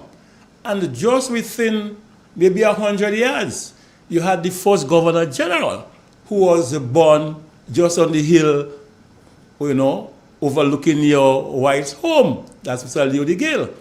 And then another 30 or 40 yards from our home, we had the Speaker of the House and the Mayor of the Town of St. George, Mr. Fisher Archibald, in whose name they have named Archibald's Avenue in St. George. Right. And now, Women in Grenada is celebrating 100 years this year since they have been franchised. Because Women in Grenada was franchised in 1925. They was able to vote for the first time. And now here you have a leader of a majestic opposition within that geographical space. Yeah. Well, I mean, Grove is no stranger to distinguished men and women. I just leave that here. But let me ask this here, Tav. Let me ask him here. I've heard that his wife Emma, she has relatives who are involved in politics in Trinidad. Brave boy, do you know about that? Yes, her grandmother, you know, Muriel Frank, and she was a leading member of the PNM with Eric Williams. As a matter of fact, in 1962, she came to campaign with the GNP to go to Trinidad and Tobago, you know, the unitary state with Trinidad and Tobago. And she was very, very instrumental in campaigning for Hubble Blaze. Yes, true. Okay. So yeah, a bit of history there. Yeah, that's a bit of history right there. But I don't want you to go yet, Taff. If you do you have to leave right now? No, I'm retired, Andrew. Oh yes, you're retired. Yes, I don't want you to go just yet. But I want to ask you this, Brave Boy. We are in this situation well, we're not in a situation with Cuba. Cuba has been given to us in terms of medical personnel and even other professions. What is Grenada? Does Grenada have a historical link to Cuba? Do you know? Yeah, because many of our people went and worked in Cuba on the plantation, in cotton cane. And here this morning, Andre, I want, on behalf of the listeners and viewers of Real FM, I want to present you with this document. Okay, folks, I got this. And Andre, just take up the first page. This one here? Yes, and just America, Cuba from 1820. And just gives you like a snippet of what it says. Which should I read from the? No, just from the first paragraph. Up here? America absolutely had, America already had territory enough and ex-slaves enough. The long projected... That's from the first page, 1820? America, Cuba? Well, this is the page I have here. I don't know if that's... No. Look at it from the first chapter. Get the pages here from 1820. America, Cuba, 1820. Okay, yeah. Right. And just a couple lines there. The upheaval? Yeah. That's where you want from? Yeah, from. The upheaval of the Spanish-American Revolution resulted in the complete banishment of Spain from the American continent. Right. That is? Yes. Yeah. Okay. So what you're seeing here, Andre, right? Okay. From 1820, from 18, right, to 1960, right? 1860. 1860 to 1960, right? Yeah. 100 years. Yeah. And you would understand, right, that 100 years before John F. Kennedy, America wanted to annex Cuba. Since then. Since then. Cuba is referred to as the pearl of the Antilles and the sugar bowl of the world. And it stands at a very important geographical position for the trading of the Americas. As a matter of fact, on 2 occasions, Spain was offered $100 million in the first instance to annex Cuba, which Madrid refused. And in the second occasion, $130 million. So from 1820 to now, America has never given up on having Cuba under the eagle's claw. From 1860 to now, they have never given up having Cuba under the eagle's claw. So, in answer to your question, especially when we look at, I looked at the Bob report, and what they are saying is this, that the medical doctors from Cuba is now sort of used in human trafficking to gain foreign exchange because of the embargo. Whether or not Grenada is involved, are we paying the Cuban doctors here the flat salary, or is there an arrangement between Cuba and Grenada as you have it in Brazil? Because Dr. Pierre was saying what is happening in Brazil, that the Brazilian government had to pay directly to Cuba. So the point here is that no, Marco Rubio family fled Cuba. Now he's the Secretary of State. We have to tread very, very carefully in the highest diplomatic way how we deal with that situation today. Because it is all well and good for our ministers to say, I studied in Cuba and I am supporting Cuba. But at the end of the day, you are a member of parliament. You are in a decision-making seat. What would happen to the country? And I think, and from my limited knowledge of diplomacy, that we must tread very carefully, because if America should put an embargo on our trade, and it would destroy our source of industry, remittances from America could be affected. So in the long and short, a diplomatic solution is warranted, and we must not take a strongman position, because we are not in a position to take a strongman position. Or we might go under the eagle's claw. We might go under the eagle's claw.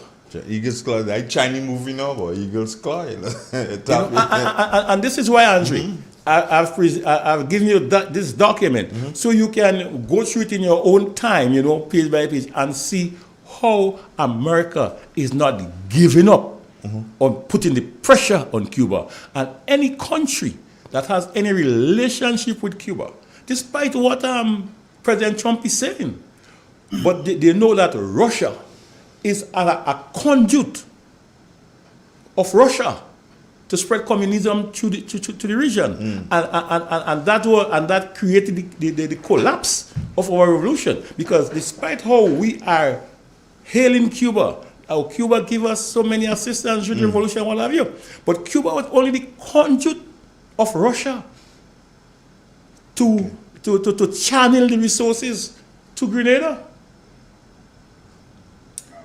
How do you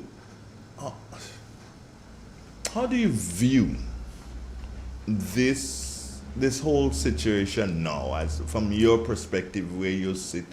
How do you see it affecting you personally? This is what I'm saying. As individuals, it can affect our agriculture sector. It can affect the economy of our country. And like I said, especially with remittances, and let us deal with this thing at the highest diplomatic level. Let the ministers do not take independent position.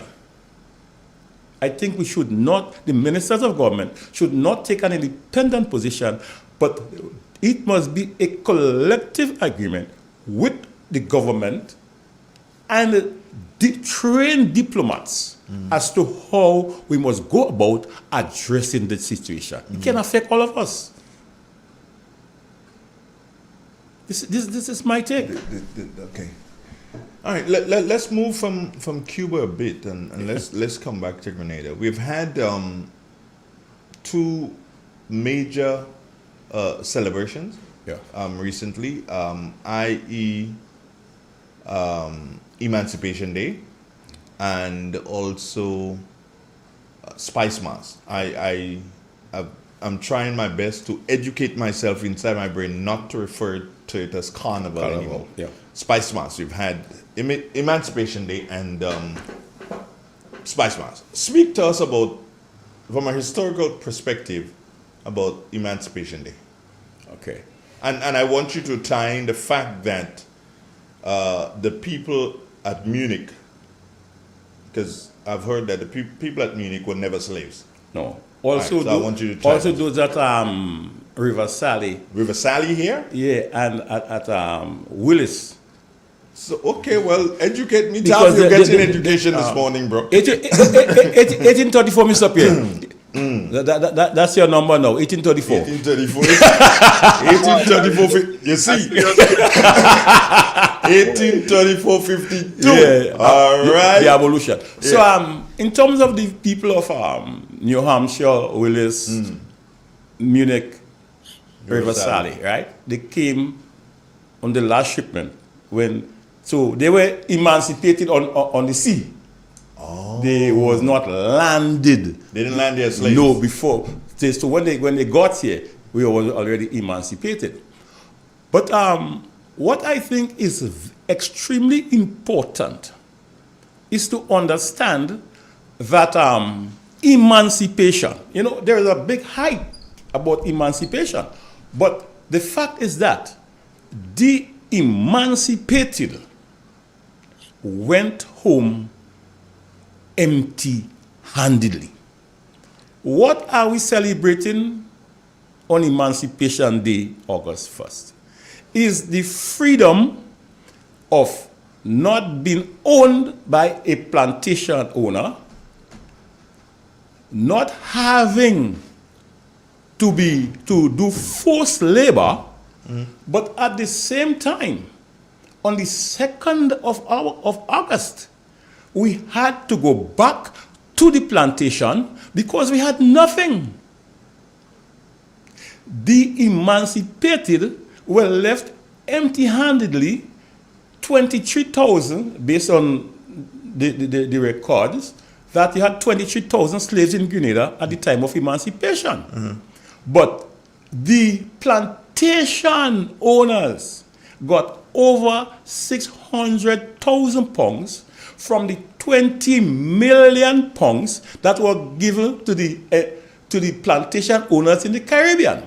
As a matter of fact, in a recent release, Mr. Angus Martin evaluated that that would amount to about 75 million pounds in 2010. So up to that period, the emancipated never got one penny.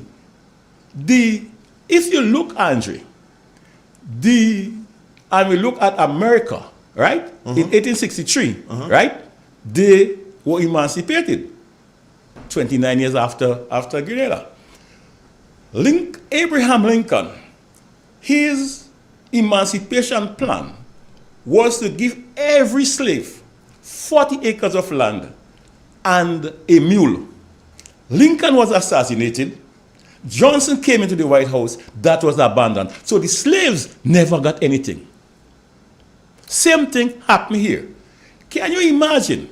For 117 years after emancipation, that an able-bodied man in Grenada was working for 42 cents per day, and a woman was working for 36 cents. So even after emancipation, up to 117 years, after what was our situation. Again, we have to remember that after emancipation, there was an apprenticeship which you had to work for 5 days free on the plantation because they give you food and shelter. And if you work on Saturday, you got a little pittance. Sunday was off, was an off day. But under the apprenticeship, you had to work 5 days free, 1 day pay.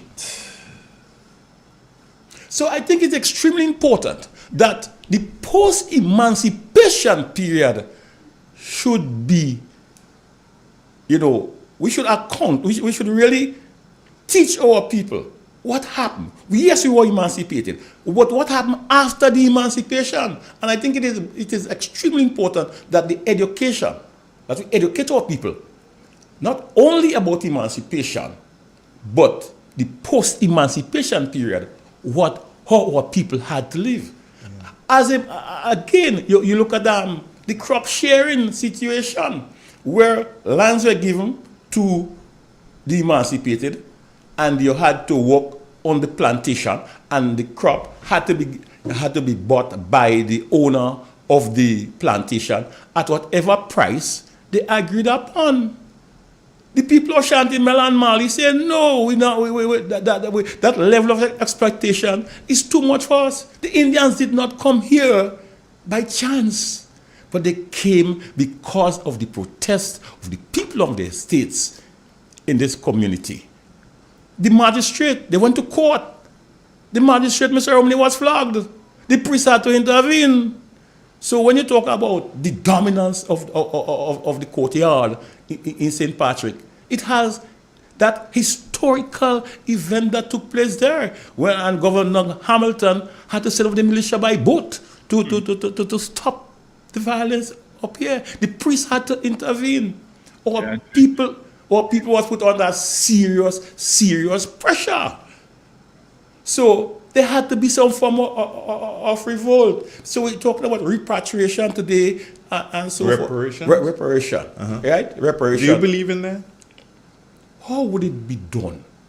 And we are asking England, France, Spain, but we are not today. We say we are part of the African diaspora, bringing African leaders here. Are we asking our African leaders to apologize to us for selling us into slavery?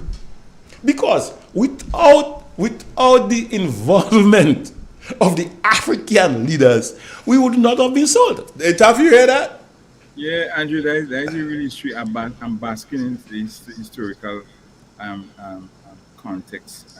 The issue of the Cuba, I wanted to just jump in on it.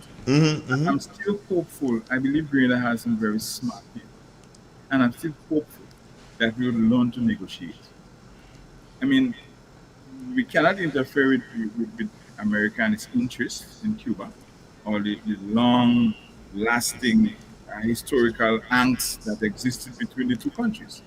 But we need to be smart, and I want to just steal something from President Trump. Grenada first. When we negotiate, we should be thinking about our state, Grenada. Yeah. And let me tell you this, I only stay in my home and plant a stone behind a rabbit dog for fear that the stone would hit the neighbor. We have to be careful the actions we take and look at the repercussions. So I listen to some conversations that the persons who lead us are leading on, and I'm very afraid, Andrew, of what is going to happen. And when I hear about the negative narrative, I remember source up. I will just leave that right there on the Cuba Grenada issue, and to say that we should tread cautiously. We should tread cautiously. What we say, I hear people saying obligation. You don't use obligation when you negotiate it. You keep your words soft. And they say, based on the historical context, we believe that we would be allowed to attend, not obligation. I want to read something, and I want both of you to comment on that. I read it already this morning, but I want to read it again, and because I want you guys to comment. Foreign Affairs Minister Joseph Handel says although the Trump administration has announced that it has taken steps to impose visa restrictions on Grenadian government officials and their family members for their complicity in the Cuban regime's medical mission scheme, the US has an obligation, as the word you just used it, has an obligation to allow Grenada to participate, in the upcoming United Nations General Assembly. Taf, you want to go first? How do you Yeah, my comment? mother used to say, keep your words soft and sweet, just in case you have to eat it. And I believe that we should clothe our diplomacy with soft and sweet words, particularly when it is an ant against an elephant. I'll just say that, and you used to be so brave boy. Brave boy, what do you say? What do you say to that? When the elephant trample the grass, the ants get crushed. Yeah. You know, and that's what it is very important that, like I said before, that the government of Grenada holistically must look at the diplomatic solution to what is happening to us with Cuba. Let us not play strong man. You know, let us not do that. Let us understand. For instance, for a matter of fact, you see in the document, Mr. Donald, Yeah. on 2 occasions, that the Americans hired Venezuelan mercenaries under Lopez to overthrow the Cuban government, you know.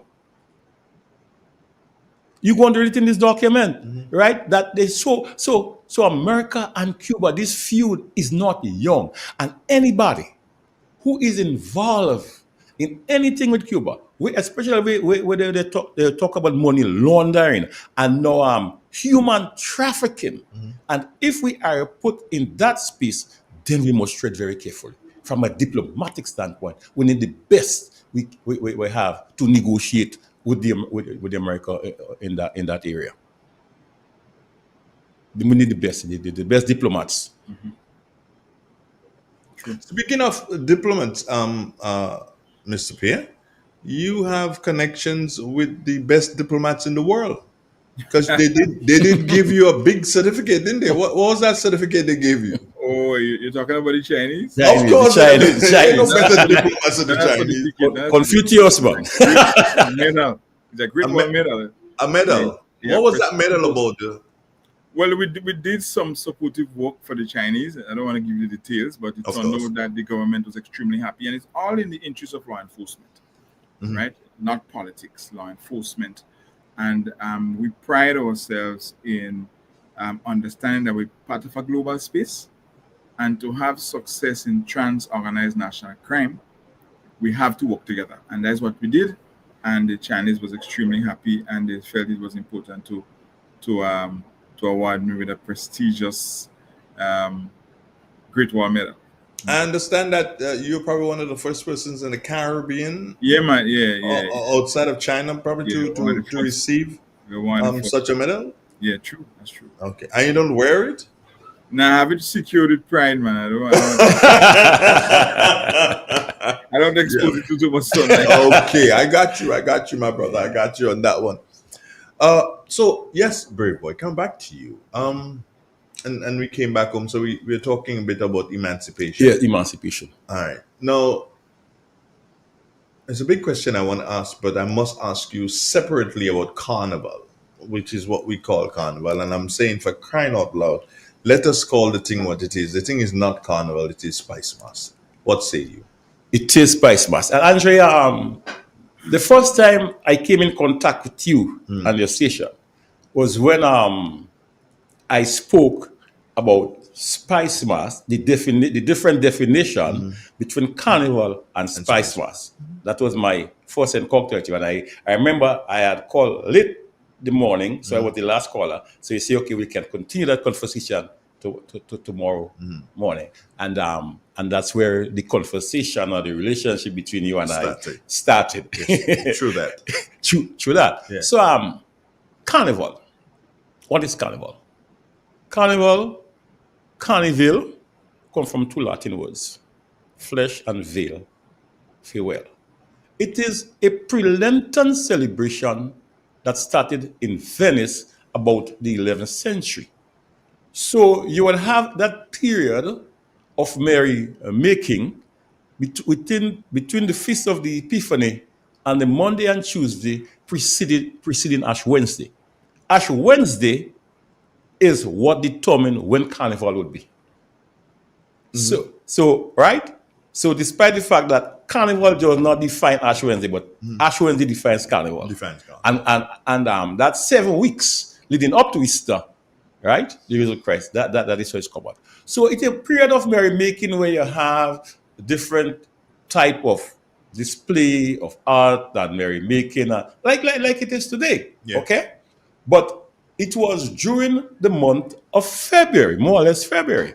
And in Grenada case, just to scatter fast forward, that our independence is in center of February. And remember, I think it was in sometime in 97, 98, the Carnival Tuesday would have been Independence Day. Yes, that would have taken place. You know, so they would have the clash between the Carnival and the right. Okay. So that's all. So Carnival is a pre-Lenten celebration started in Venice by the church. Okay. Is the church, that period of merrymaking before that period we talk about fasting and abstinence and things like that. Now, after we have moved from that period to August, it is important that the product be given its rightful title. Let us take away the word carnival and call it Spice Mass celebration. As you have Vinci Mass, you have crop over in Barbados, right? So let us not use the word carnival when it comes to our Spice Mass celebration. Right? Because, like I said, carnival is a specific season with a specific connotation, which we do not have now in Spice Mass. All right. Now, if you look at our traditional mass, it still depicts some European activities. Well, yeah, the even in Carriacou, there's the Caesar Mass. When I say Shakespeare, Shakespeare well, Mass, well, they are the normal the big portrayal is of Julius Caesar. Yeah. You know, the tragedy of Julius Caesar.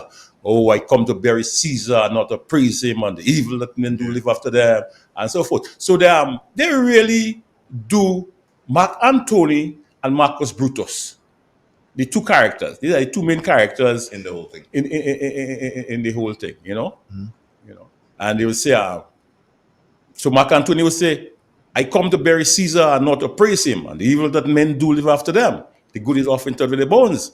And Marcus Brutus will say that Caesar, friends, Roman countrymen, hear me for my cause. Lend me your ears. And be silent that you may hear. If there are any in this assembly, any their friend of Caesar, to him I say that Brutus' love for Caesar was no dear than his. But if that friend demand why Brutus was against Caesar, this is my answer. Not that I love Caesar less, but that I love Rome more. Had you rather Caesar were living to the all slave than Caesar is dead to live all free man? Oh my God. As Caesar loved me, I weep for him. But as he was ambitious, I slew him. You know, so that is the Mark Antony, not on Mark Antony, but that is the Marcus Brutus version. And when he pierced the dagger into Caesar's side, Caesar said, "Hele Bruti," which means you too, Brutus, because Brutus was Caesar's most cherished general. Yep. And then Marcus, when Brutus was on the podium addressing, and then he said, "Here come the body of Caesar, bore by Mark Antony, and although he had no hand in his death, but has given me a place in the Commonwealth." And his crowd said, "I hope he doesn't say anything bad about Brutus, But when Antony tell them, here is the will of Caesar, then they become quiet. And he said, Brutus has told you that Caesar was ambitious. If so, It was some grievous faults. For grievously had Caesar answered. And he crowned it up by saying, for when the poor have cried, Caesar had wept. And ambition should be made from stone and stuff. Let Brutus, yet Brutus say he was ambitious, and Brutus is an honorable man. So you see the psychology, the philosophy in the whole thing. So when they play the Shakespeare Mass in Carriacou, you have to understand, It is still European culture. Still European. And then the shortening is French culture, isn't it? I would prefer to, yes, but it is sort of a more African. Why? Because you see, in slavery, we were captured from different kingdoms. We arrived here not speaking the same language, not understanding each other. That's correct. Okay? And there was always this fight among villagers of from plantation to plantation. So the shortening is upholding that type of culture. I don't know if you might agree with me. Because it is revelers and they do not fight against each other. But when in the early days of the shortening, was one village pouncing against the other. The paradise was the Suez Canal. Don't cry, mommy, don't cry. Paradise go rule this year. To cross paradise Tuesday morning, parents have to mourn, bring up my clothes, bury it there. So it was always this type of thing. So what we are having today is that a reminder to me. The shortening reminds us that we came from different areas. We fought against each other, but no, we are peaceful. We are only portraying that which was done in the past. It's the same thing as the Vecour. Lee Vecour, the Old Heart, that was how the legion of the French army dressed. And there was more sort of a position in St. John and St. Mark. And that is why, still today, St. John and St. Mark portray the Vecour. Yeah, nobody else really plays else plays that because that is where the legion of the French army were there. When you do the maypole, that is Scottish culture. So maypole, long says quadrille, that's Scotch, right? The Siboney Indians or the Wild Indians, we call them, that portrayal reminds us of the first inhabitant of Grenada. The artifacts which you found in pearls, which some archaeologists said they dated back as early as 360 BC. 300 and 600 BC. So you had life in the community of pearls from a very long time. So it's a very historical area that should be preserved in a way that our people would understand the historical background or the historical value of pearls. Is there a need to educate? We have now established that we are going to use 1st of August as a means to, people say celebrate, I say commemorate. Yeah. Emancipation. Do you guys, and this is to both of you, do you believe that there is a need to educate the populace, especially the younger generation, on all these aspects so as not to cause carnival and emancipation to be fused as one? Who goes first? Taf? Yeah, well, Andrew, that conversation have me stunned here. Just a learning opportunity. Andrew, my fear is that we're losing it. What is this Spice Mass or Carnival? I remember as a boy that Carnival was a pleasant sight. You could see the portrayals in the various historical contexts, and truly the culture was rich. No, I find it's lost in just one, and they almost abuse the word jab, because the real deal came from Blaise, and they were using the real tar and people dare not join. They followed behind. So there was this purity that exists in this jab matter. Now it's just mixed up, and so we've kind of lost what we really want to celebrate, and all the portrayals that Mr. Braveroy spoke about. Emancipation to me is something totally different. Yeah. And I want to just add, having gotten this historical context, I want to add a different side to it. That it bothers me a bit on how we treat emancipation. It's still cultural activities. It's still speaking about being free, so to speak. I'm worried about what emancipation has done to us and whether or not it really took its effect, the effect it's supposed to take. We still fight with each other. We still push each other down. What emancipation are we really speaking about, Andrew? We're celebrating something that happened in 1834. I'll never forget that. Yeah. And we are duplicating some of the same acts of injustice and unfairness that we shout about being freed from. And I worry about that. I am the question that Mr. Brewer spoke with respect to the Africans and whether or not they too should be involved in the reparation issue. Because if you understand history, black people were sold. The white man didn't go in, the Europeans didn't go in and snatch them like that. They were supported. And they got the privilege and the opportunity through our black brothers. If you ask me, they too must pay something. They too owe some reparation. So I'm very tentative when I speak about emancipation and freedom. I often wonder, are we truly free? It's not just freedom to dance and to sing. In our minds, we must be free to the point where we want to help each other. We want to see each other grow. Otherwise, we is simply duplicating what we celebrated. And we might need another 1834 to truly embrace, I'm serious, to truly embrace emancipation.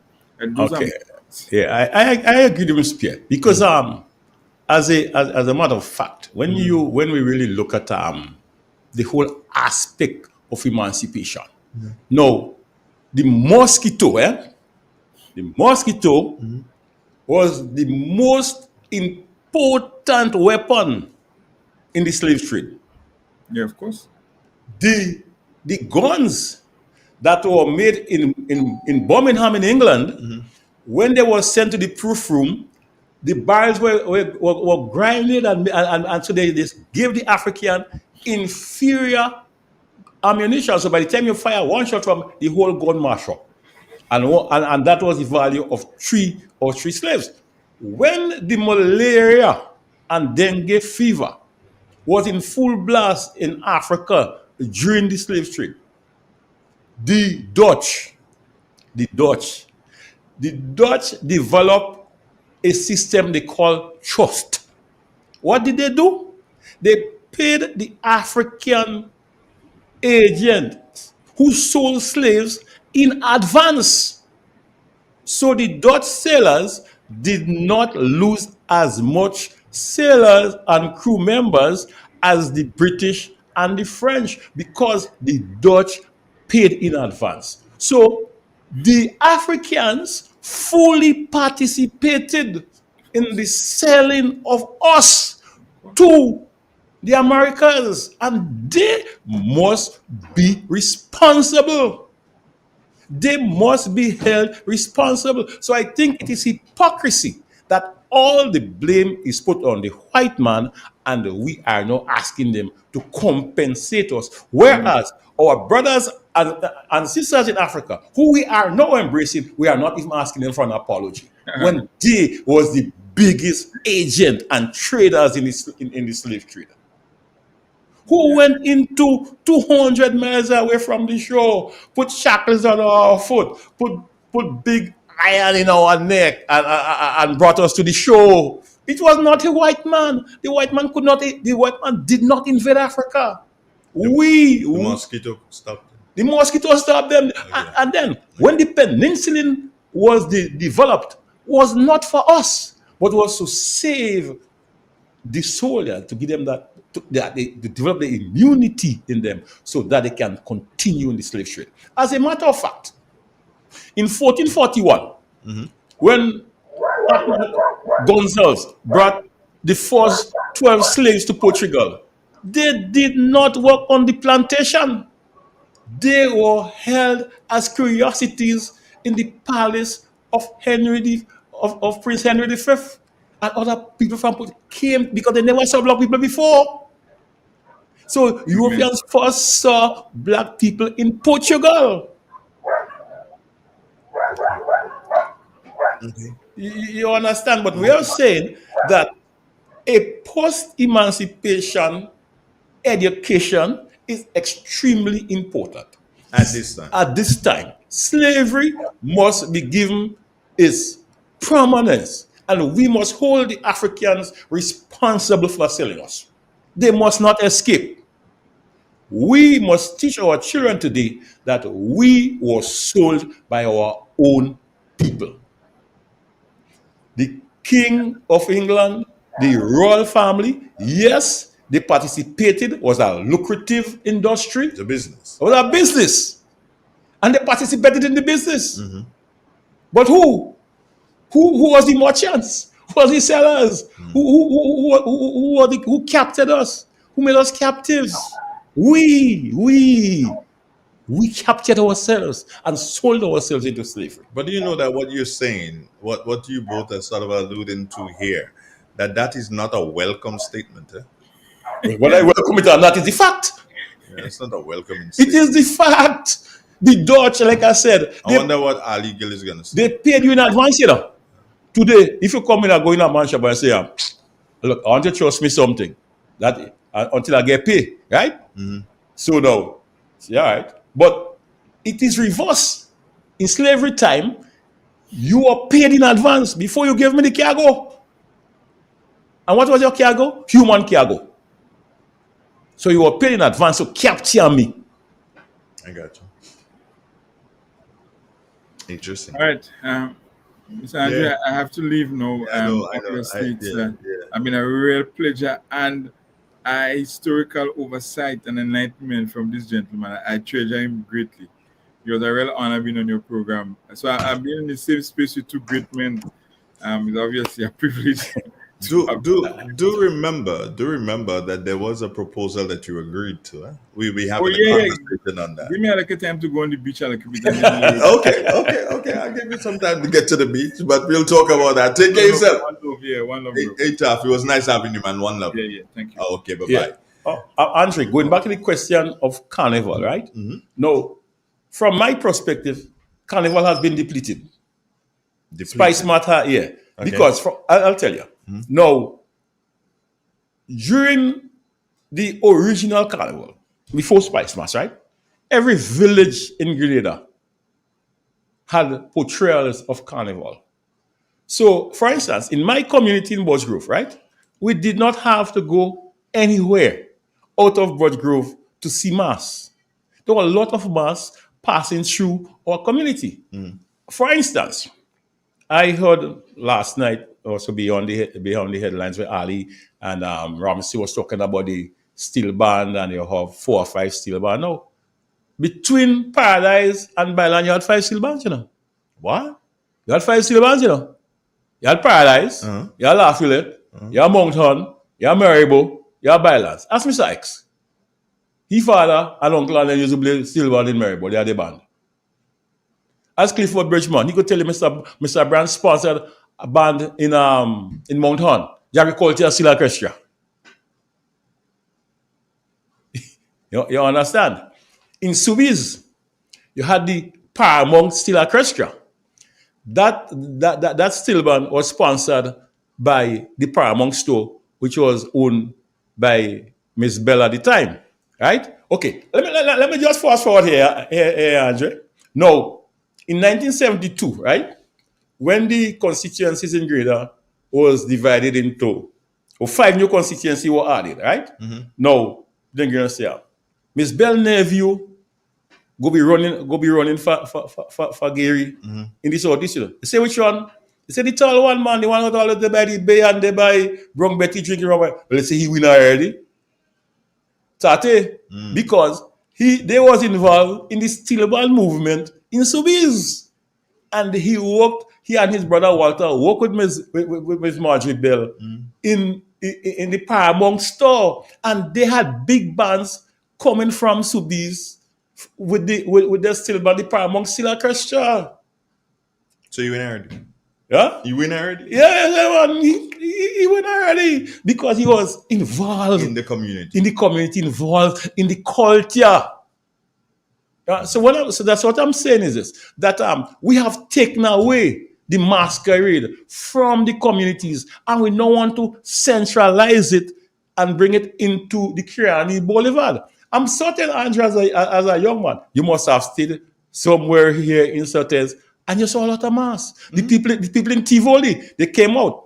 And I can't say as a young man I did because you spend most of your time in town. Yeah, right. Yeah, we have a caller though. We're gonna come to you in a minute. Yeah, go ahead. Right. So you look at Tivoli Junction.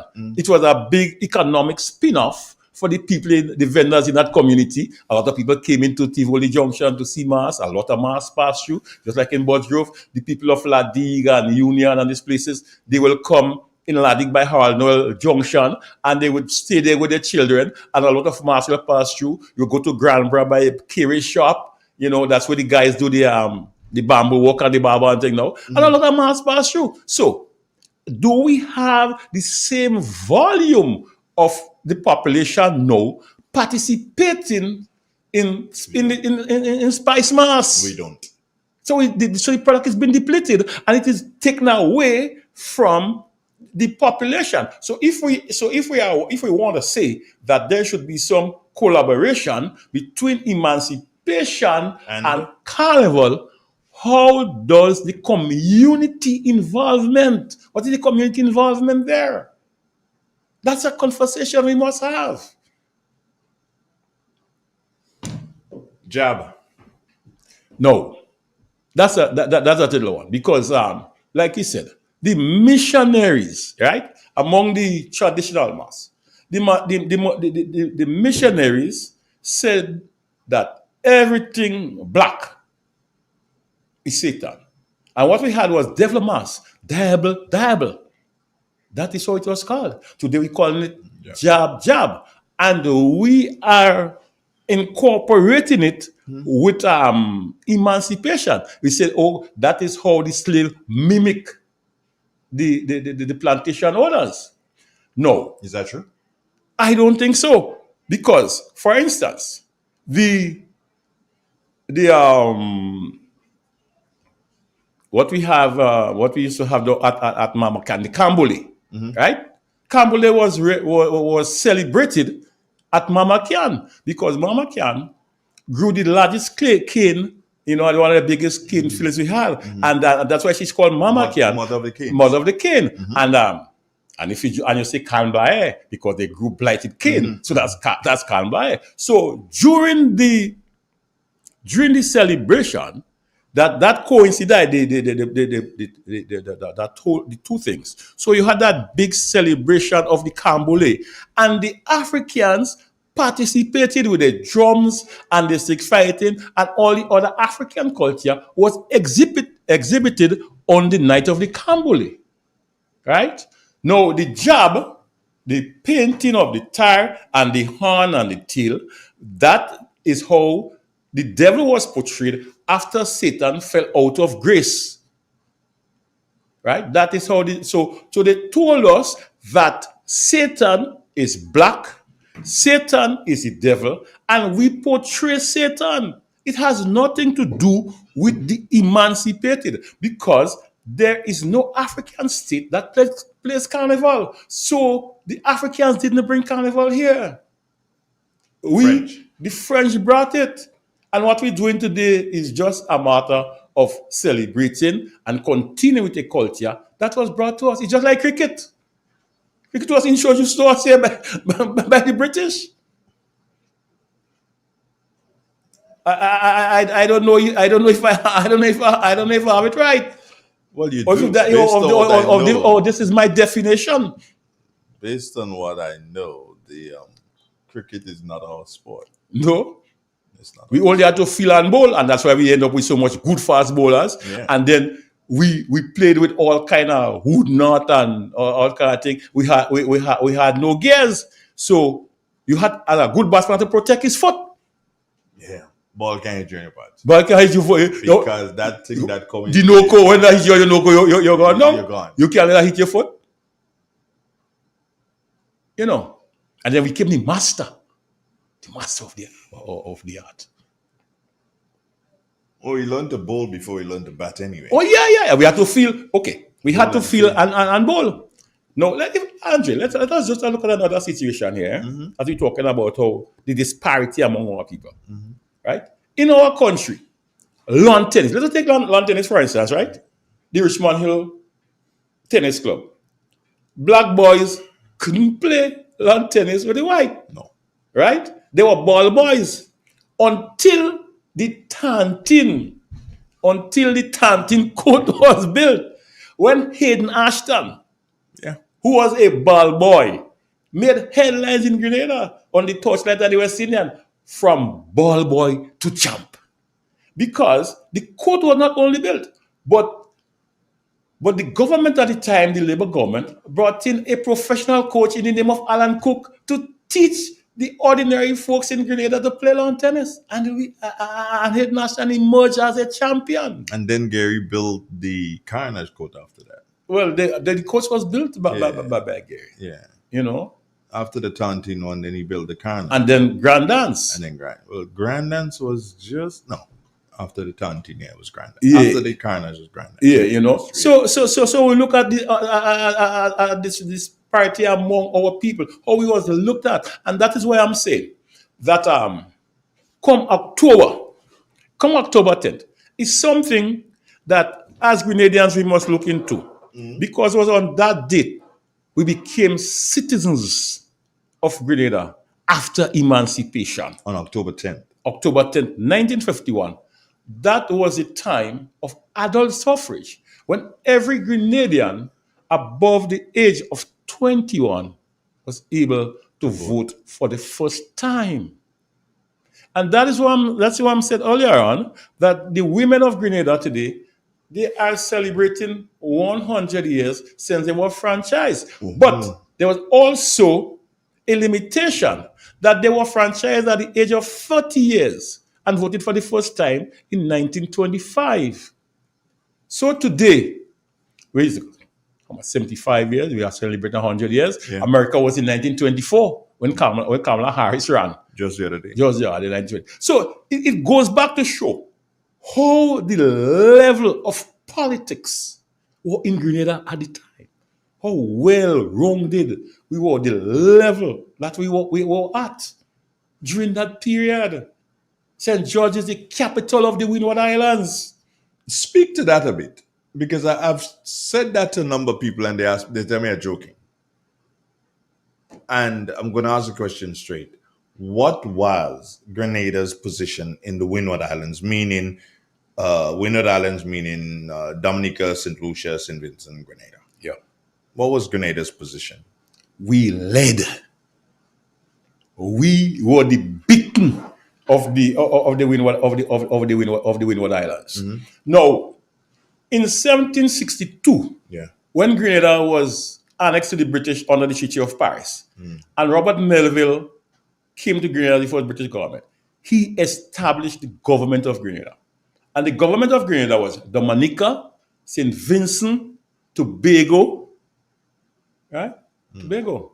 Yeah, I know about Tobago, and I've heard about the whole fiasco thing between Trinidad and Grenada and Tobago and everything like that. Yeah. So the government was St.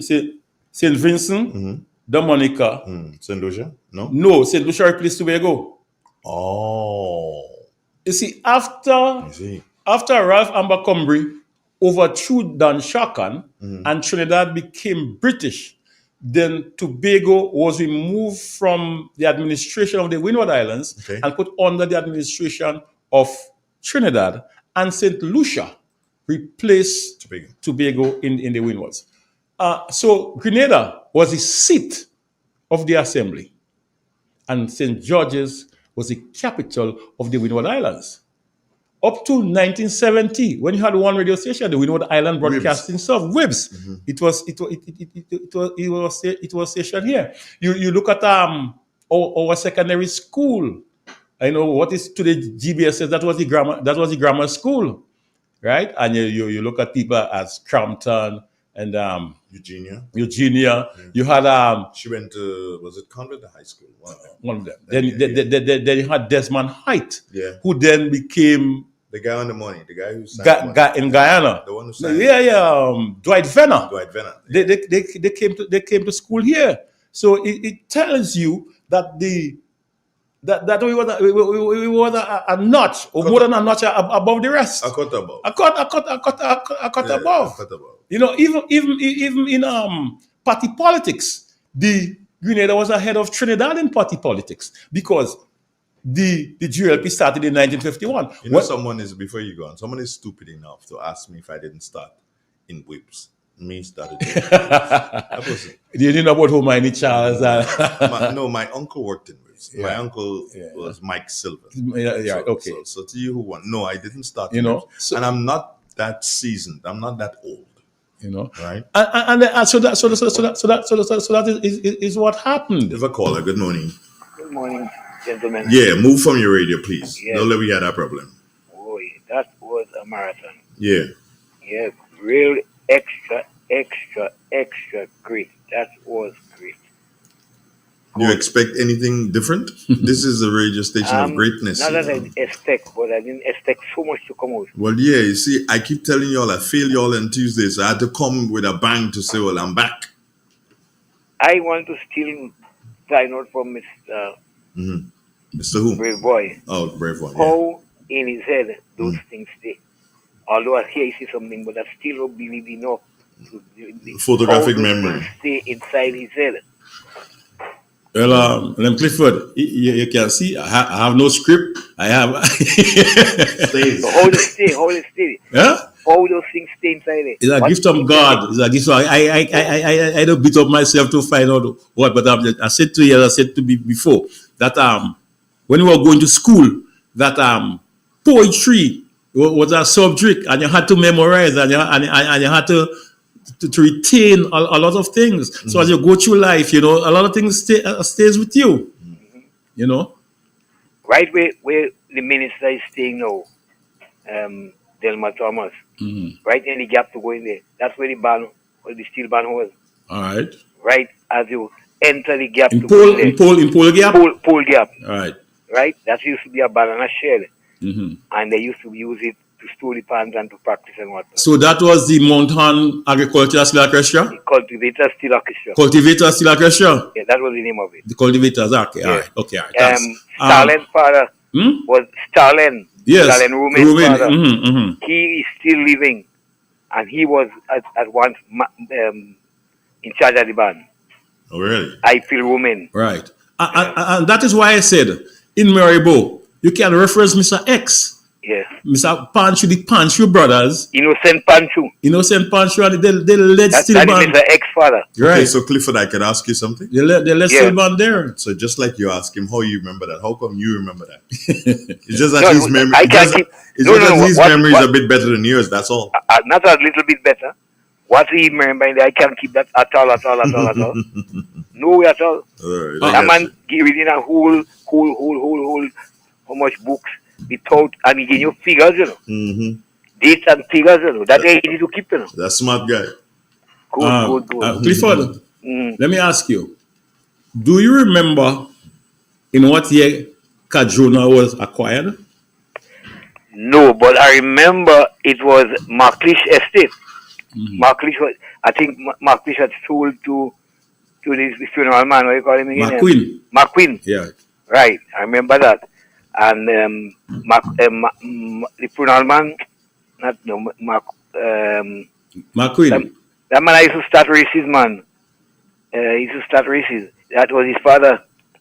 The estate was owned by his father. All right, okay. Just ask you a question. Because you see, Andre, I want to just make a point about Cajun, all right?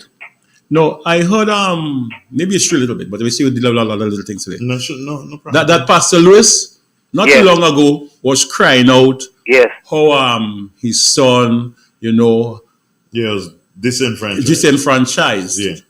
And the thought came to me, how Kadrona became Crown land.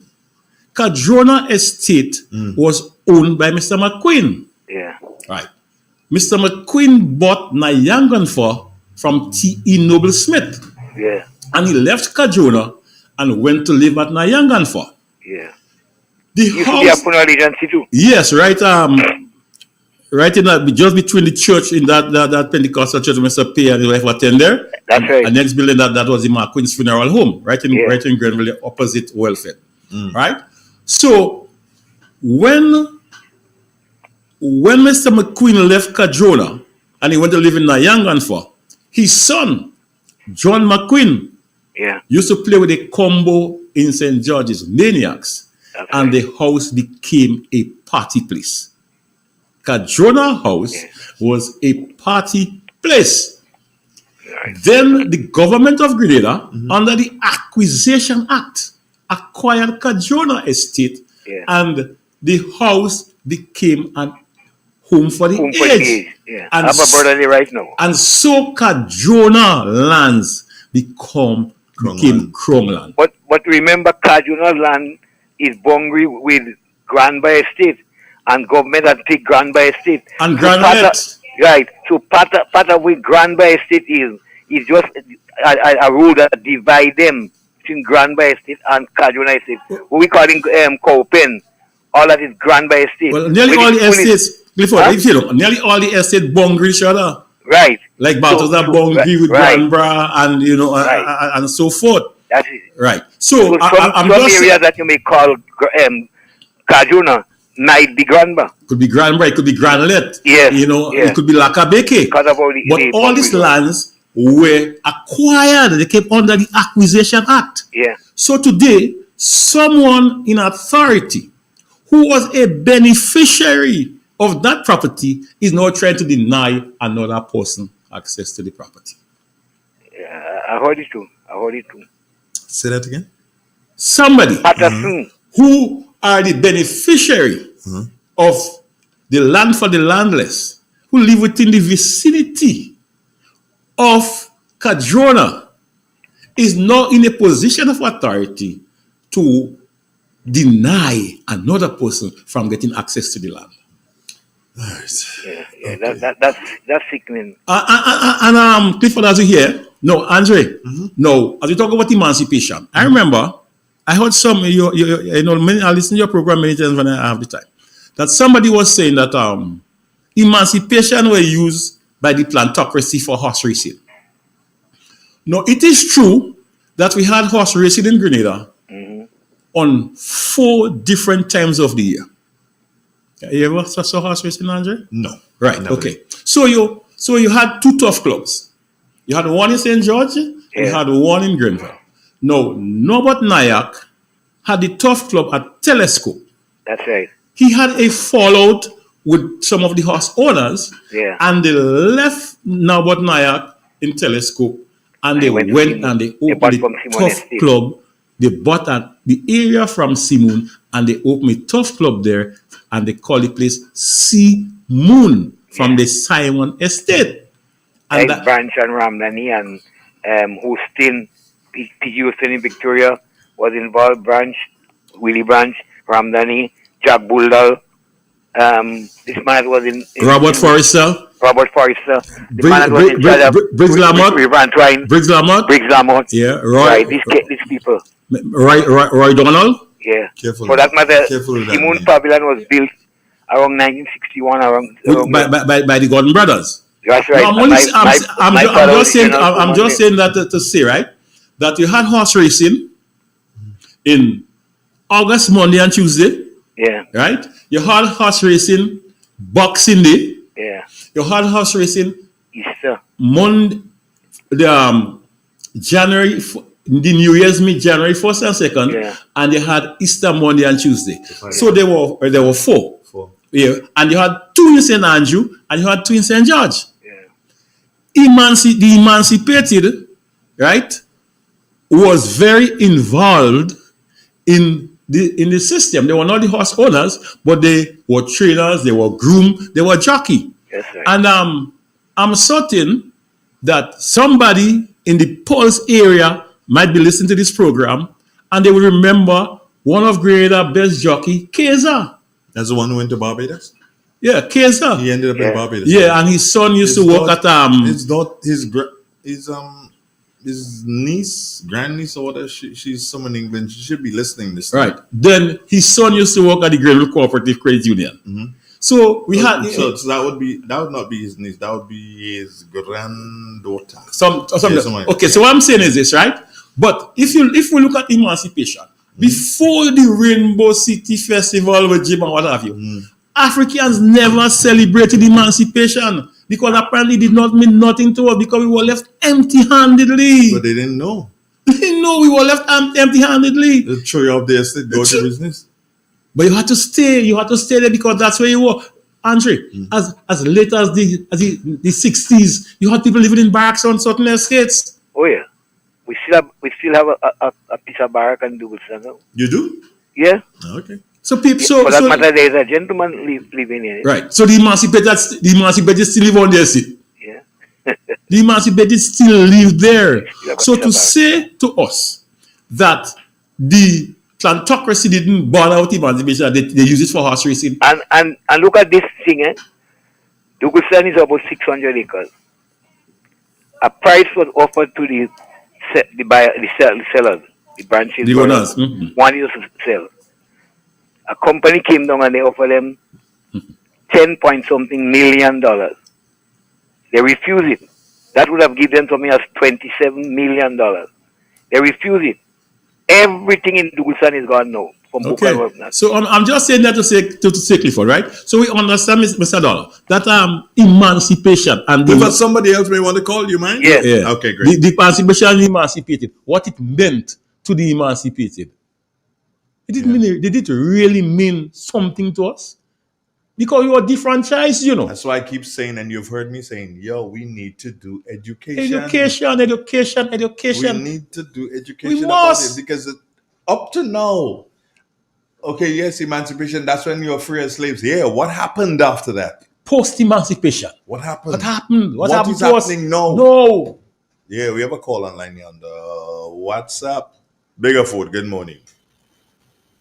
Good morning, Angie. How are you? Good morning, Mr. Brave Boy. Good morning, sir. Every time I hear you, I catch cold bump, you know. Every time. Every time I hear you, I just remember I ain't get a clove. Well, you know, but you don't think of that because we have a close coming up just now again. So I just pull your legs. Yeah, tell me. You know, last night, I had a big argument with some people because I live in Springfield, right? And they were saying that Andre's station is the worst station in Grenada. Okay, so that's all right. When I put on my phone this morning and I hear about these 2 gears, I say, Lord, I should have been down the road to open up my phone and my speaker and let people listen.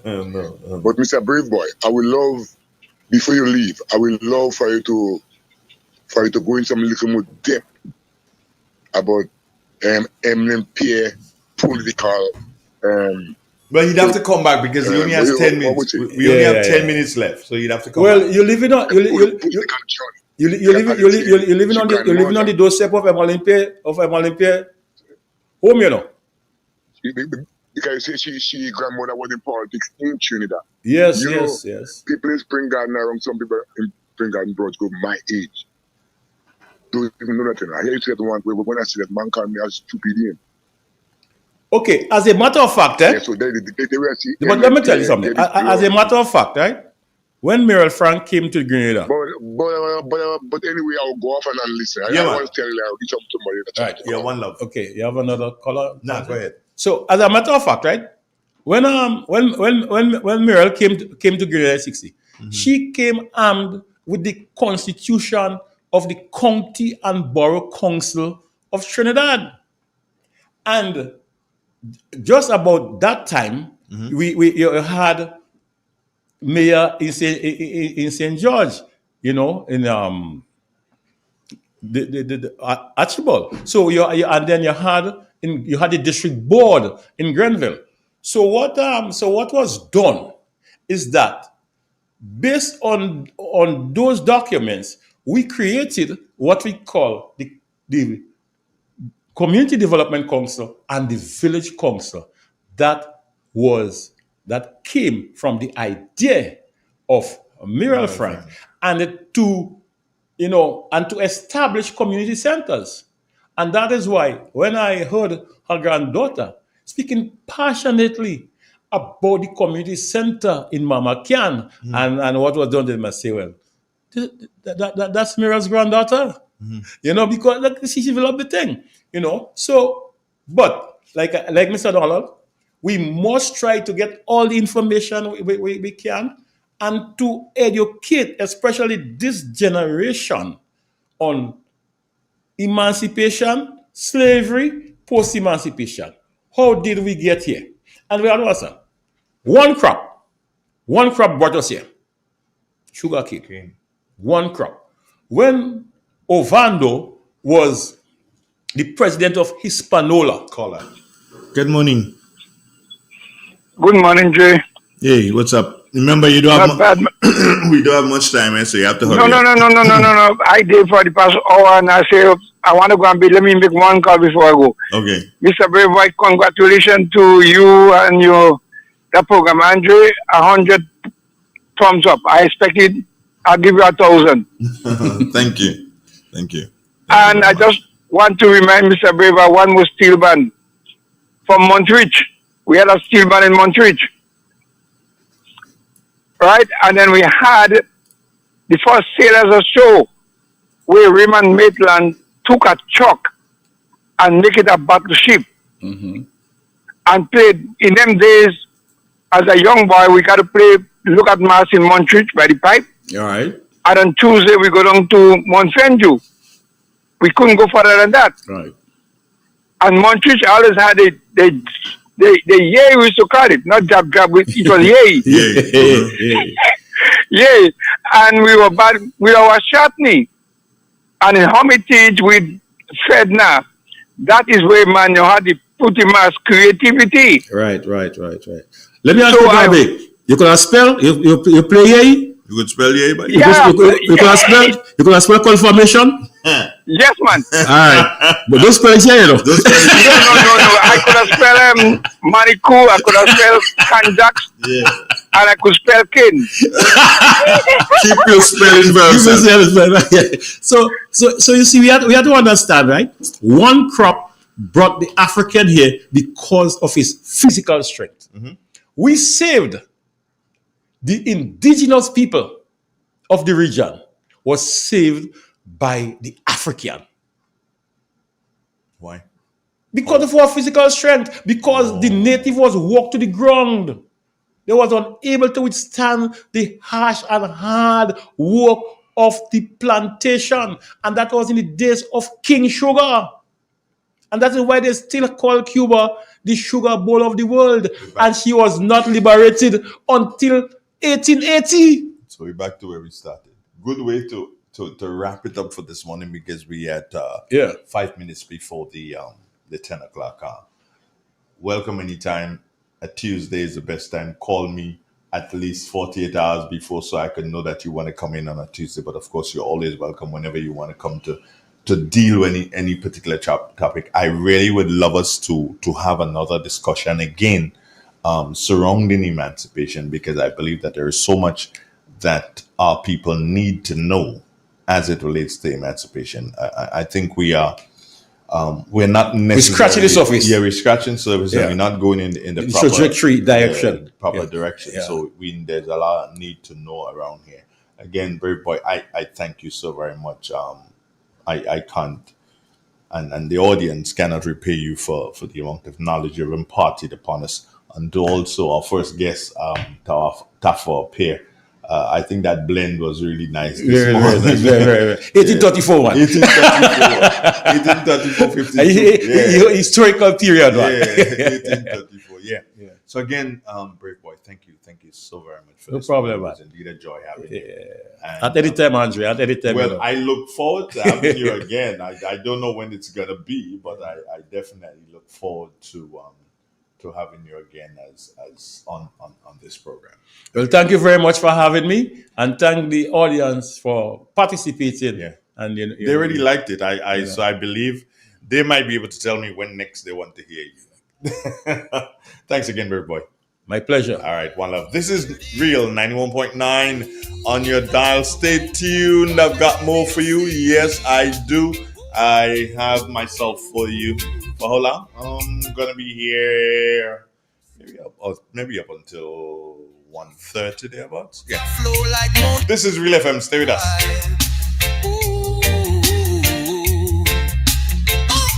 From Grand Anse to St. George, this the people them a shout. Real expression now, I let your heart pour out.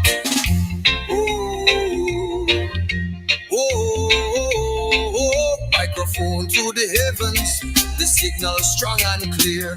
Voices of the voiceless, the oppressed, the sincere. Real FM are the vessel, your message fill the air. Speak your truth, grenade away your heart there. Real expression, real connection. 91.9 the righteous reflection.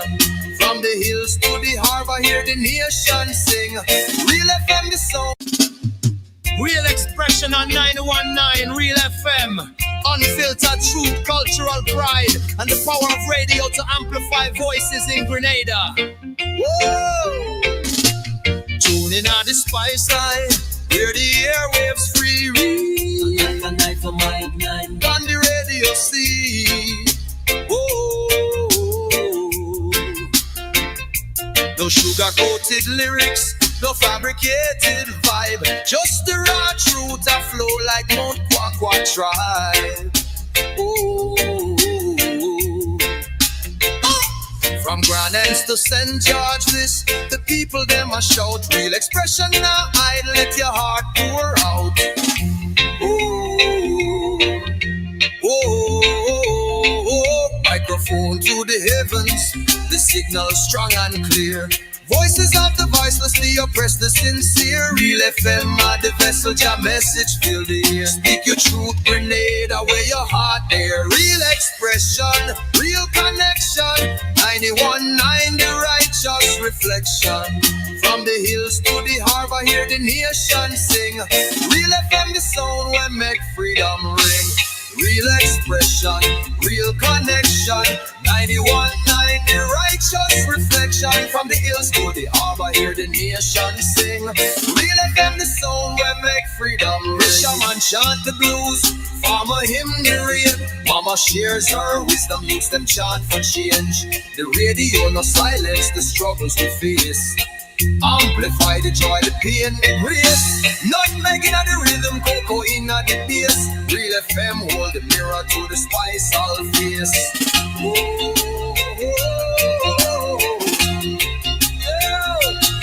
We love the truth selector, let the people. Triple N. Informative, entertaining, and first. Every hour on the hour. This is the latest update of news as produced by Triple N. We'll have the details when we return. Classic Furniture. Our items are made from the best local wood available on island. Our products are made with love, care, and the experience we have gained over the years. Why do you even contemplate using substandard furniture, which is imported, when you can get the best made right here in Grenada? Our factory is located in the cultural village of Chantimel and our showroom on Ben Jones Street, St. Andrew. We are also noted for refurbishing that piece of furniture to its initial look. When looking for quality furniture, there is only one place to look, and that's Classic Furniture, where we take care of your needs with utmost care. So give us a call today and put your furniture woes to rest. Classic Furniture, where love and luxury is combined to provide the ultimate satisfaction. Call us today on 442-4645. Classic Furniture. Hello and welcome back.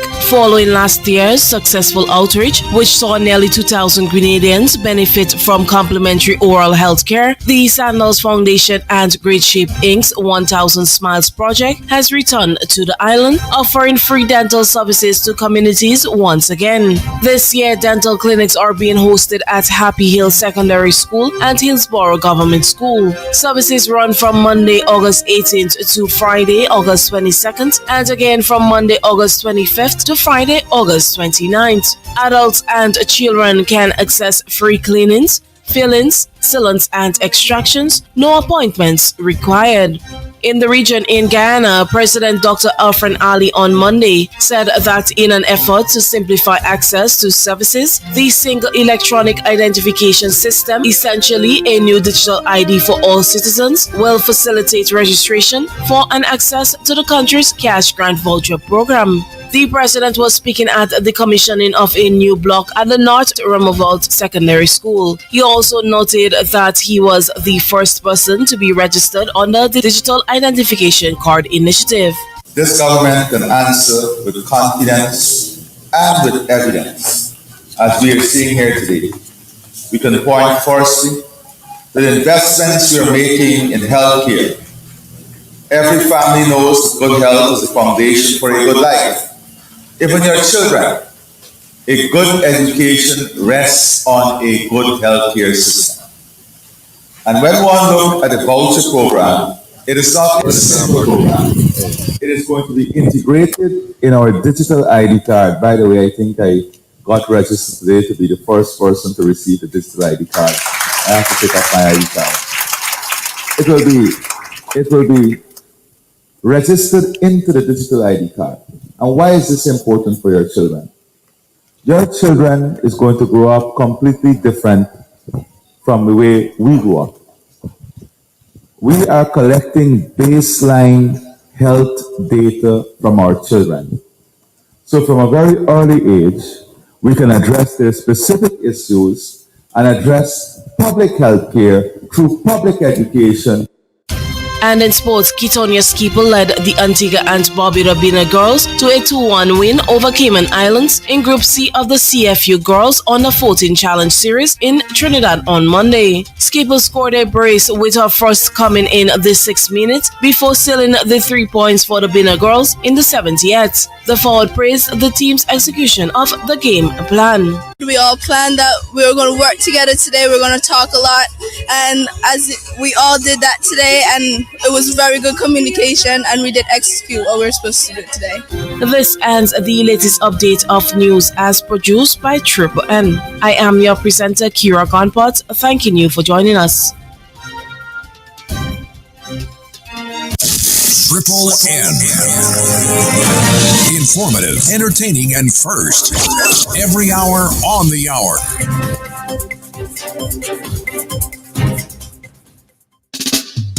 Real expression on 919 Real FM.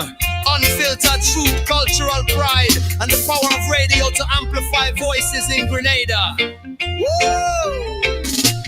Tuning on the spice line.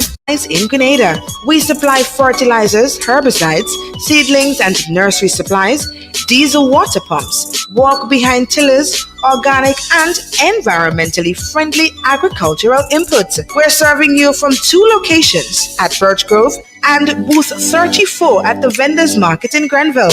Cost-effective agricultural solutions for all your needs.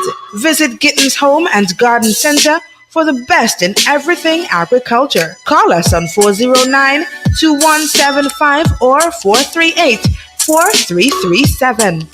Gittins Home and Garden Center, from your farm to your backyard. Classic Furniture. Our items are made from the best local wood available on island. Our products are made with love, care, and the experience we have gained over the years. Why do you even contemplate using substandard furniture, which is imported, when you can get the best